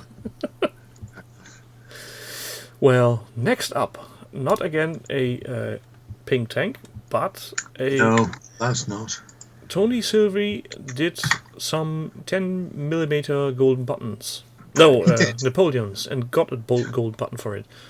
He did do all of these things and more. And he's done a few more. So Oh, he's done a lot since last time. yeah, this is mostly. I mean, when we seen it, it was good. Yeah, but basically it was infantry. It wasn't terrible. It wasn't bad. It was good. But we'd hit the point in, I think it was day 4, where he's going, I've done this. I'm going to do more. And we went, okay, we'll have a look at that. And we had a look at that, and he did more. And we gave him a golden button. And he's ploughed the fuck on since then. So we've got more infantry. We've got more... The artillery. I love artillery. And though he could have drilled the barrels. He could have, you know. Some people are just slackers like that. Savages. You can't have everything. I wouldn't dare to guess what size of drill you need for those.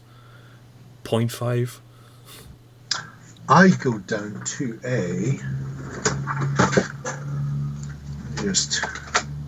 I mean, these are 10 mil figures that couldn't be much more than a 0.5. And I'll be fine. My smallest drill bit is a 0.3. Good work.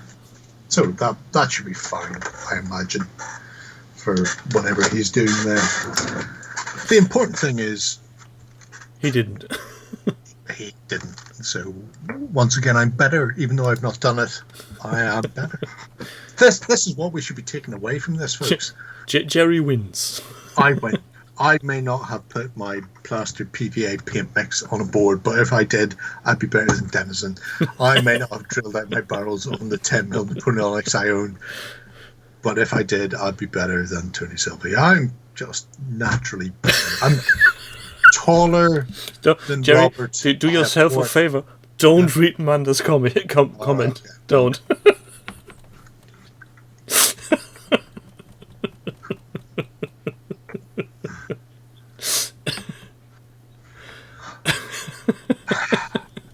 Manda, I just have to say, yes. If I could see it, I'm washing it. I'd be impressed these days. Sometimes I get a mirror out and just sit there staring up at myself from the floor. Still can't see it. It's a shame. Well, it's like Dennis Leary once said in one of his live shows. I've got a habit of looking at my dick when showering, and when I'm not seeing my dick when showering, I stop eating. Oh, clever bastard! And that he did it so far in advance of me. I wish I had. That was 25 years ago, and it still sticks with me. He's got a 25-year head start on me. Anyway. Well, he did smoke on television. He sang loudly, "I'm an asshole," way before it was cool. He is the best mob enforcer I've ever seen in Suicide Kings. If you haven't, he has 2 movie roles. Suicide Kings, he plays the enforcer for Christopher Walken. And in Judgment Night, he plays the actual boss of an area. I think the only movies I've seen with him were actually Ice Age. Oh no! Oh fuck Ice Age! Fuck that stupid ass!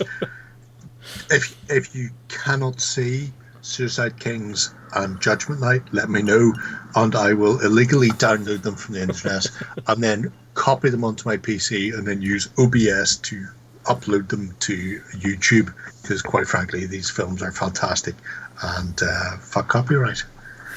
I think I will manage to source them in some way. Either way they be... Illegally sourcing them is the best way. I'm just saying. I mean, I'm not alone here. Doug, he would say illegally sourcing them is the best way. Isn't that right, Doug? See, he does. Doug is only 41, so I'm older than him. Well, that makes me the second oldest here, I think. Yesterday was Towel Day, which would have been 42, Doug. So, very true. Anywho, skipping to the next one. Let's plow on.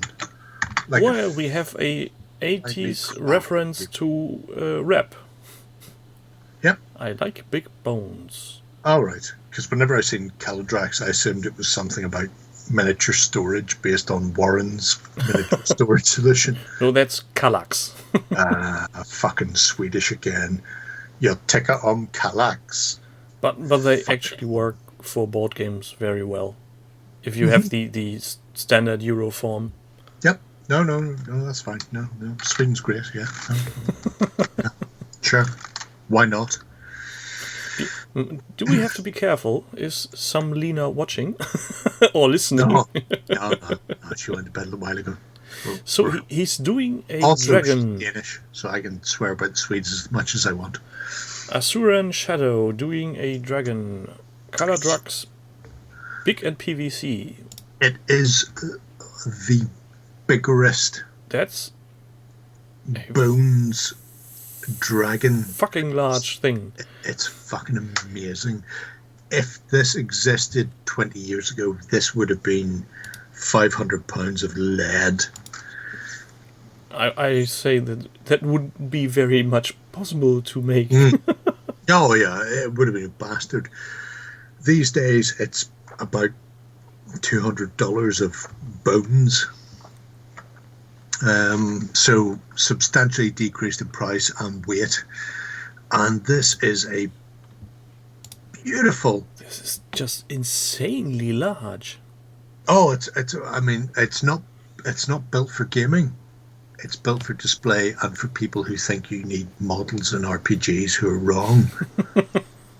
But the project shows the build through the paint job, through the done and dusted, and it's fucking great. Wait, what did I spot there in the background? Have you seen?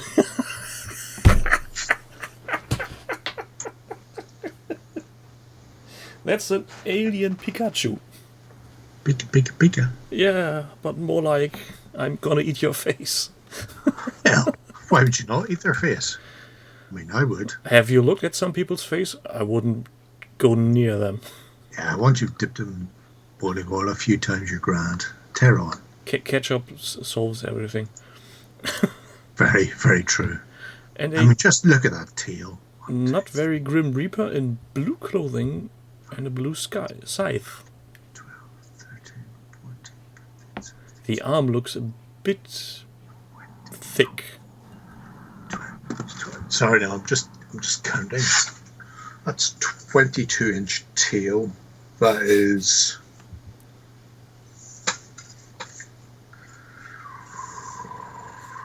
That tail by itself is about 68 centimeters long.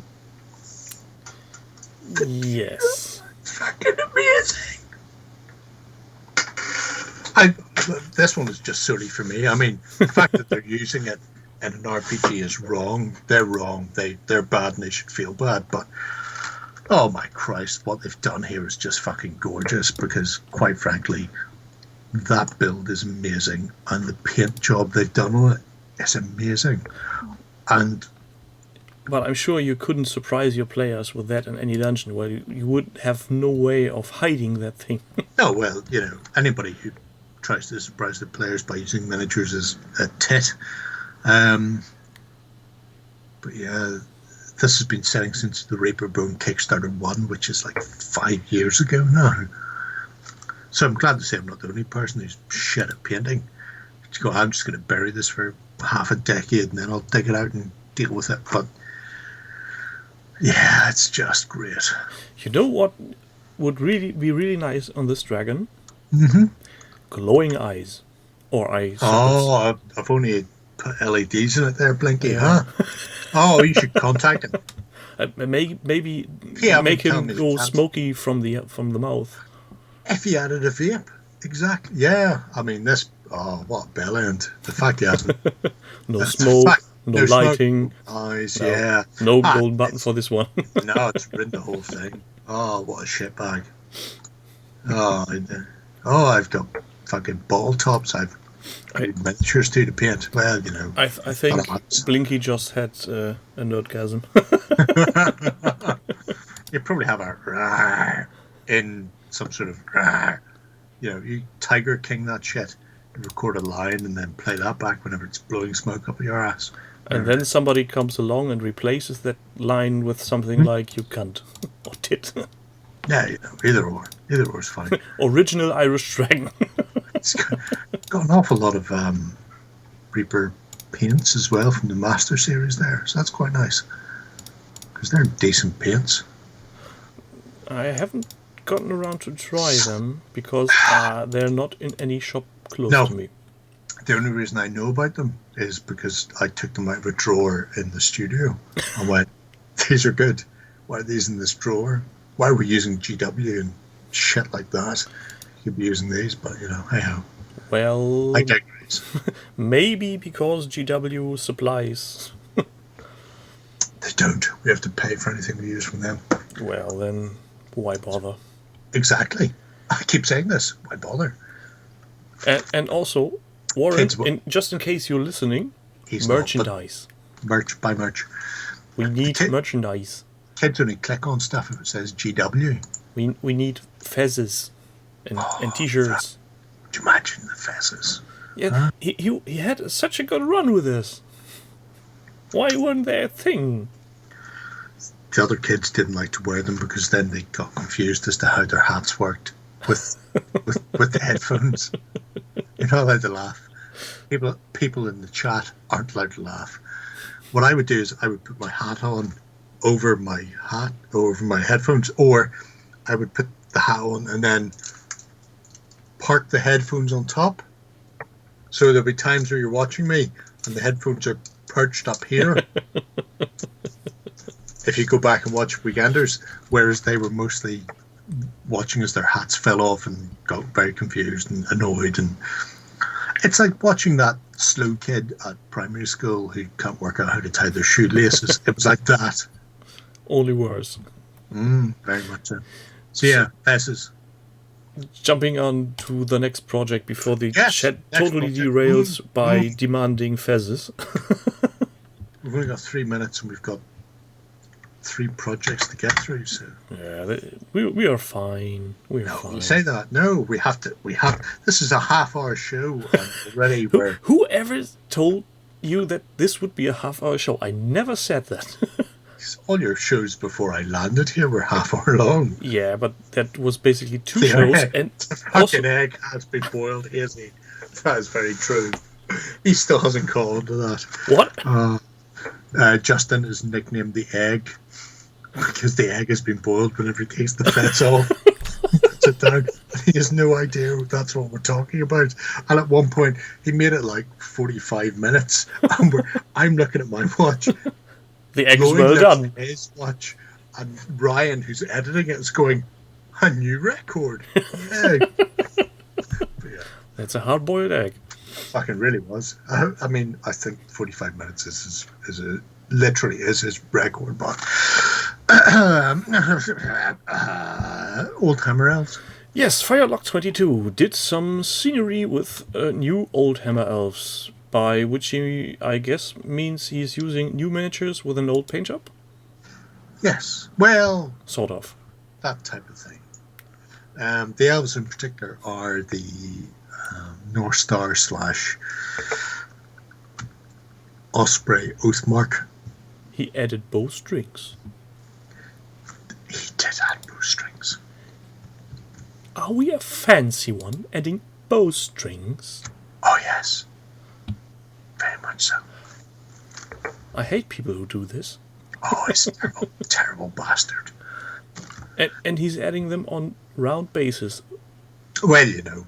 But clearly he has square bases because we can see his little goblins on the right. Well, I mean, the goblin's on the correct base, so it doesn't matter how many strings he wants to add to that bow. He could add fucking 15 like GW do these days, going, surely they shoot better if they've got more bows, more strings on the bows. All the strings, all the time.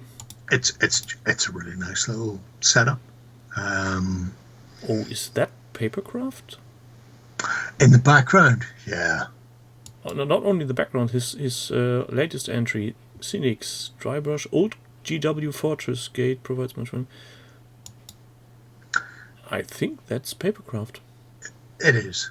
A long time ago. Way back. In history. Before you were a Nauta Barn GW used to do shit like this, where you would get... Yeah, they would also add them to the White Dwarf. I still have some They would add sets them of to the those. White Dwarf. You would get a set of miniatures or a set of buildings that came like this in a scenario pack. These aren't. I still have these are not GW papercraft weird buildings. I do think these are Dave Gratham ones that I threw the link into the Weekender last week. And if you're not aware, I will throw the link in now. I still have the Joust tournament set from one of the early... It's called Perilous Quest. That was part of one of the White Dwarfs. Yeah, I think that's one. Mine is still sealed. So I it's somewhere in that shelf behind me. It initially started as a Warhammer scenario pack, and then they added a jousting specific rule set to a White Dwarf at one stage, and then reproduced some of the things like the tents and the lists. And that's those parts I still have. Yeah. They may be down there. The funny thing is, the plastic shrink wrap shrunk even more over time. So the cardboard starts warping, even though it's still originally sealed, which is not so good. But since I'm not building it, maybe I'm... Well, it's a way to go, certainly. It is a way to go. I have about 100 through to 300 unbroken in White Dwarf. I had better than that, and then the 2000 fucking Millennium bastard New Year's party came around.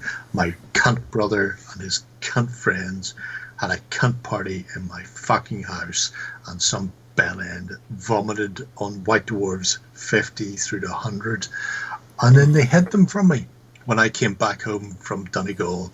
And months down the line, I discovered vomit-ridden, fungal-sided fucking White Dwarves. Not that I'm bitter, but fuck them. Yeah, I can see Fuck them to where the you moon come and from. back.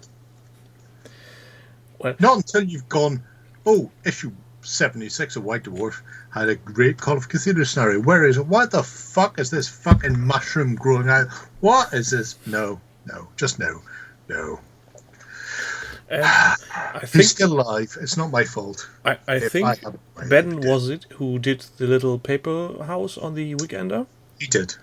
And what I wanted to mention in the comments, what I think I forgot, Drive-Through RPG has a lot of these. They do.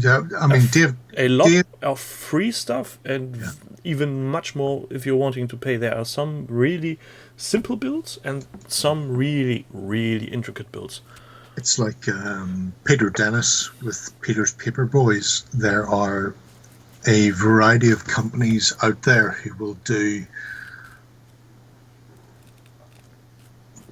download and print for free things, and then also do paid for versions. So you can pick up stuff from Dave Grantham for free. You can pick up stuff from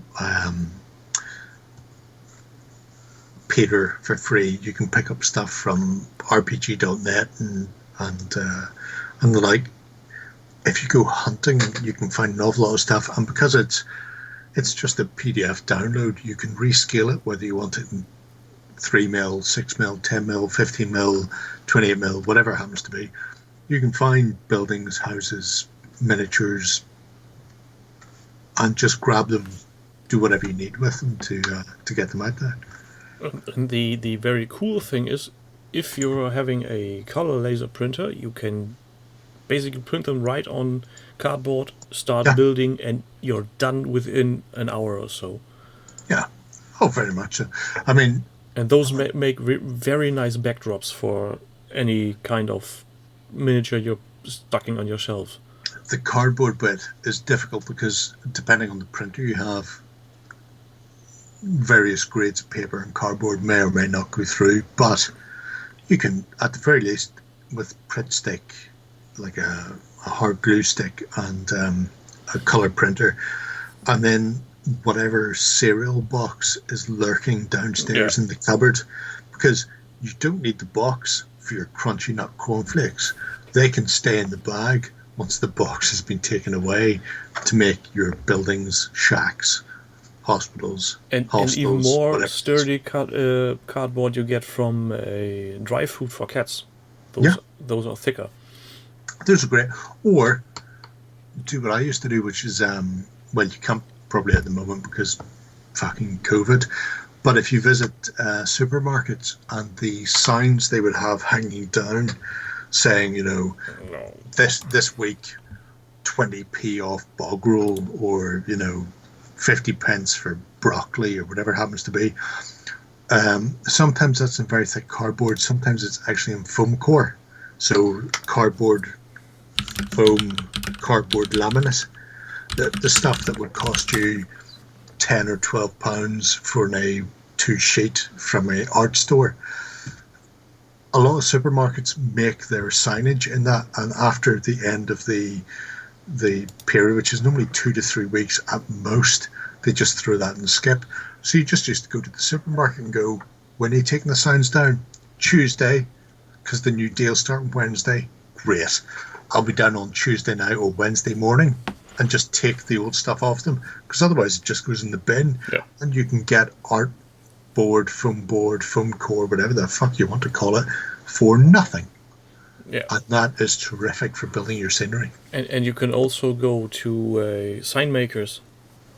Those usually go and throw away leftover pieces or failed prints, and those can be very much used for anything. Yeah, or EPVC. The best way to get that is to befriend Bugger Off in Dublin, and then he will bring you up tons of EPVC. So, you know, that is the best to make your fucking printable scenery out of. You just need to contact Bugger Off. That's Michael Flynn. He's in, you know, North Dublin. Just search the phone book for Michael Flynn until you find him, and then find all the EPVC you want, because apparently he has a sign writing company below him. Why do I have the sudden feeling of someone calling Sarah Connor going through the phone book? It's one way of doing it, certainly. Shall we go on to the next one? We shall. So, Okay. we have another Reichbusters We do, by because Hazy Boy. if there's one thing I love, it's Hazy Boy. Wow. And he does a lot of in-detail tutorials. He does. He's a tutorial whore. He just sits there He's pissing me off. He's But even including Lloyd shots in this tutorial. So he is. But before we get any further, I really like the fact that it starts with Mervyn Hughes, I want to say. And, oh, fuck, I can't remember the name of the sergeant swearing at him. But this was it in Half Hotman, which was a Pacific World War II theatre troupe sitcom. And the guy screaming there, Windsor Davis, that was it. Windsor Davis and Mervyn Hughes. He would just be going, you lovely boy, what you doing? Just a massive screaming Welsh bastard.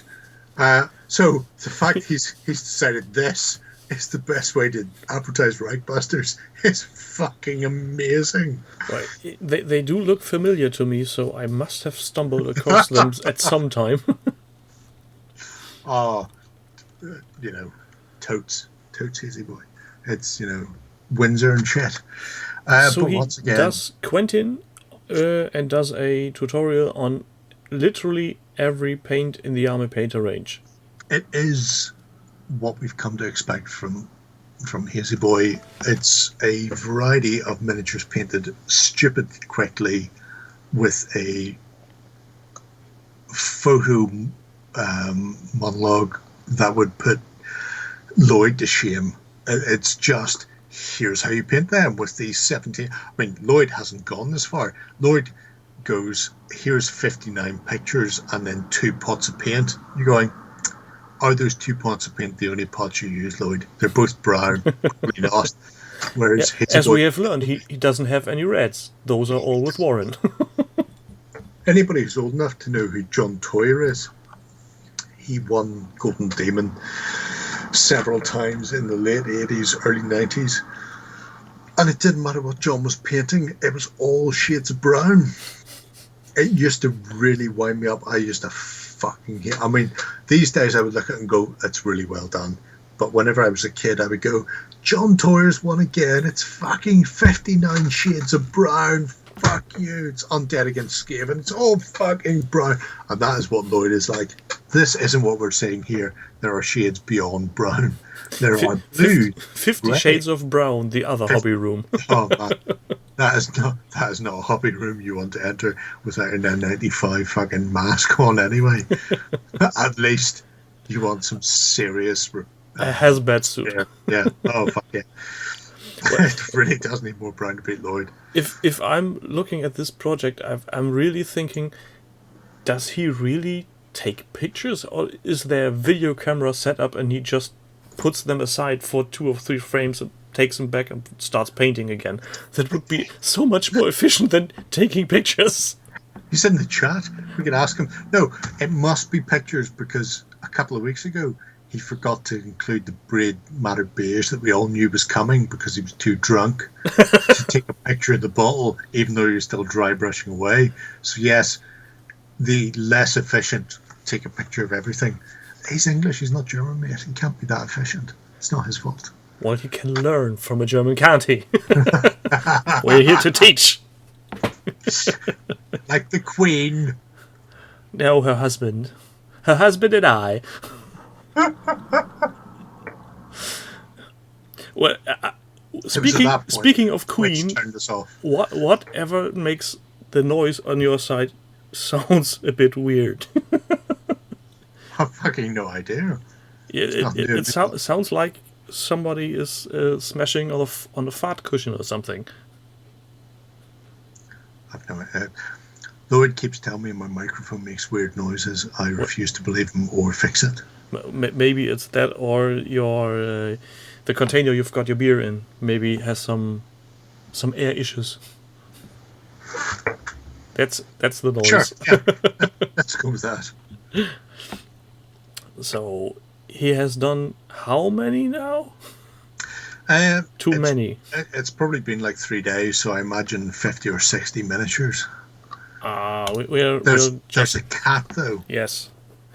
Halfway down you hit a cat, which is bound to be worth internet points. Yes, and me being a cat person have to take a minute a look at that really grumpy looking cat.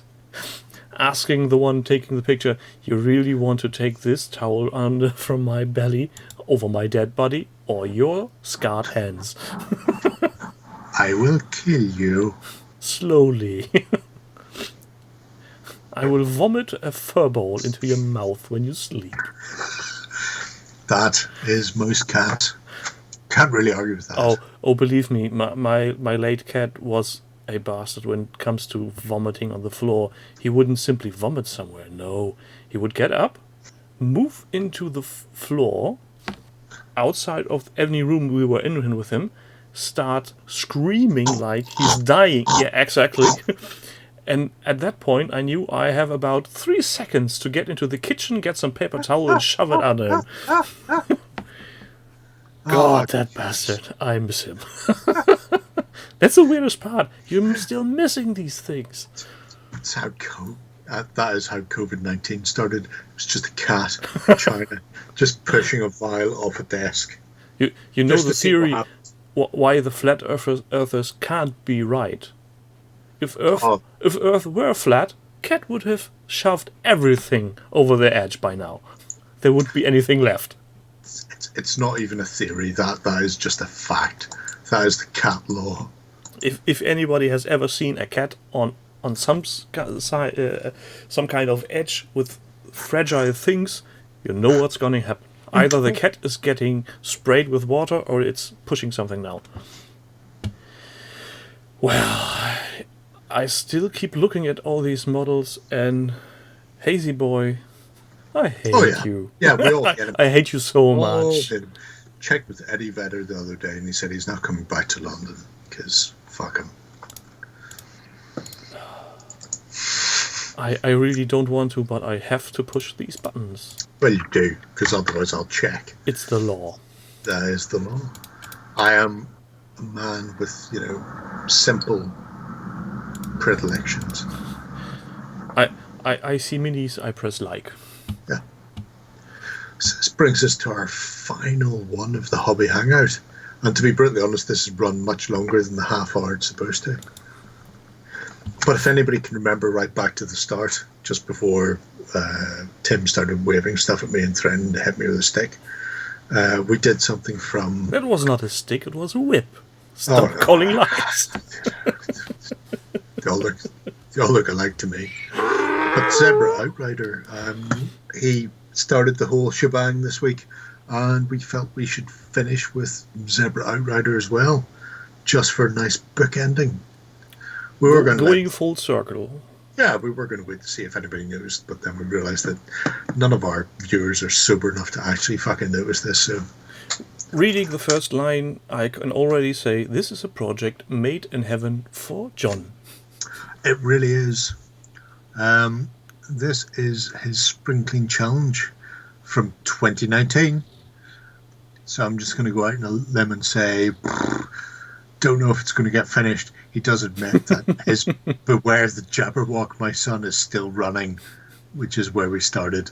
But the current lockdown means he may get them done, so who knows? Looking at that box from that Lehman Russ, that's even older than 2019. Yeah, much older. Don't worry about that. That's not a... I'm betting there are people on the forums that are younger than this box. There are people in our chat here who are younger than that box. Well, I wouldn't go that far, because I think the chat is a rather, well, I almost said mature, but no, we're not. We really aren't. Anyway, we may be old, but we're not grown up. But this White Dwarf comes from 2010, so only 10 years ago, which is a Tank Festival publication. And out of these, he's decided to go for the specifically 13th Armour Division Golfski's Black Death. So it's normally a scheme you would look at it and you would go, it's like for a commissar, but... And he has a commissar on top. He does. But it's not a commissar tank. It's a real tank for real people. The commissar just happens to be bouncing about, probably screaming, let me in. There's a fuckload of orcs out here, I imagine. Or he's threatening to shoot the tank if he doesn't move. Either or is fine. When you've got a commissar on top, it's probably best that they die quicker. If they die sooner rather than later, you're fine. But that is really amusing to me. I really like that. I know I have that White Dwarf because I only stopped collecting White Dwarf when they changed a while ago into that stupid format. 359 January 2009, pages 66 to 67. And it's it's very good for getting me to crack my neck apparently by looking at it at 90 degrees. Obviously, very, very healthy. Now, if they put one in the other direction that I could look at the other way around, that'd be fucking spot on. But it's really nice because that... Take the picture of the colours. Yeah. But I remember looking at that White Dwarf when it came out and the bits and bobs they'd done, because like many things in White Dwarf at that time, they would go, this is what we're looking at. We're looking at a specific thing, whether it was a orc army or a imperial army or a specific commander, but in the picture there would be little nuggets, little things they weren't even talking about that were actually more interesting than the picture itself or the article that came in. And that one in particular had some great bits and pieces as far as the orcs went, because they had some fantastic sort of battle wagons with wide open tops. Almost like what you call those, siege towers, So, like battle platforms where they would drive forward and just ruffle stomp over people. The boarding planks. Yeah. Well, the whole top would be just a open space that they built onto it specifically for attacking from. Now, the fact that they've ended up with some sort of giant plasma disruptor on there just shows that they're a beardy shit. But, you know. I think that was a page they took from Gorka Morka. Well, because that was an actual thing in Gorka Morka, the boarding planks. I vividly remember those. I think I still have a few unpainted because I've never got around to them. If you scroll up slightly. So I'm just looking. There, stop, there. See the arrow going? You've got a big wide open platform on the back of that golf. Okay, yeah. Yeah. Which I'm, fairly certain that isn't standard. Well, I say I'm fairly certain. One of them is behind me up there, and you couldn't make it like that out of the kit. So no, I'm reckoning these are different. Anyway, old white dwarves were great for weird shit like that. Not 2009 like isn't really that old. It's fucking old. It's old compared to what they do these days, which is buy our model kits. Don't build anything different. You won't be able to play with it. We hate you, and then they piss through your letterbox. That is more or less what GW do these days. Well, do you think we will see any new orcs with the 9th edition? I will say. Oh yeah. You think? Oh, definitely. Haven't they showcased Gazgo? Yeah, but they have done him again. Yes.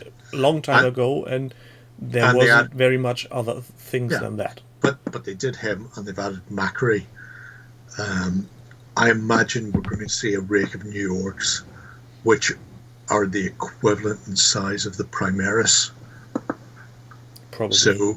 So you can throw your old orcs and old space marines in the bin because they're not big enough anymore, and you can just have your Primaris marines and your new Primar orcs and go nuts.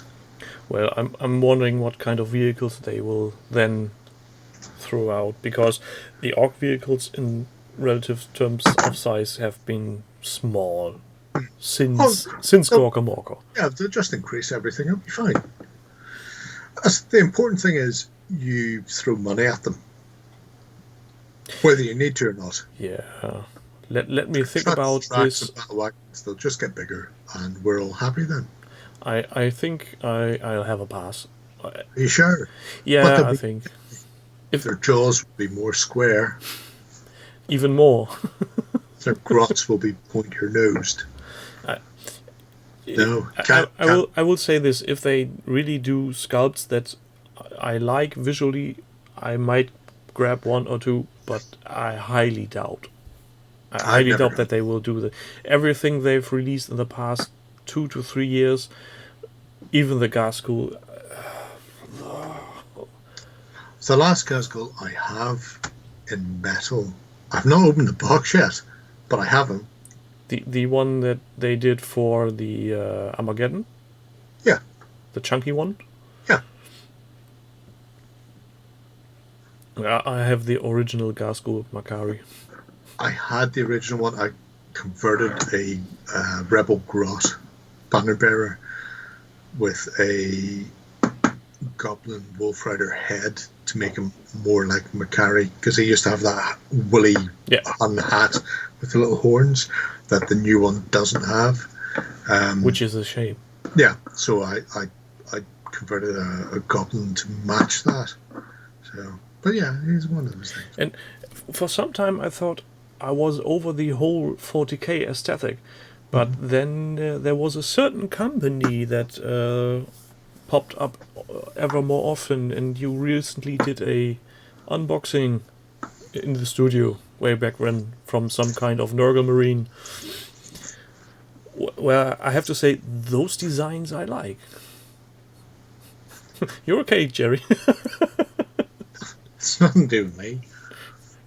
If it's any help, the next bunch from that company are... Yeah, Wargame is exclusive, exactly, man. Those are really nice sculpts. Yeah, they're terrible, terrible bastards. don't know. I think there's another Chaos one to come, and then we don't have anything from them for however knows. It could be years, months, days, weeks. Who knows? Hours. Who knows? Plus side, I've got a rake of cyberpunky stuff coming from Artel soon. Is this the point of the show where I start cursing at you because you're starting to show things I want to buy? No. This is the part of the show where we tell the kids it's been a privilege and good night. So, Ed 209. We still haven't gotten around to what that is. No, we haven't. It will show up on a... When you see this blue case, it will be in there. Until then, you won't know. Yeah. No Dutch, no Westphalia this time. No Westphalia, because you'll touch your eye, which is creepy as fuck. Don't even know why you would threaten that, you weirdo. In case you ever come across the movie Hostel, seriously, don't watch it.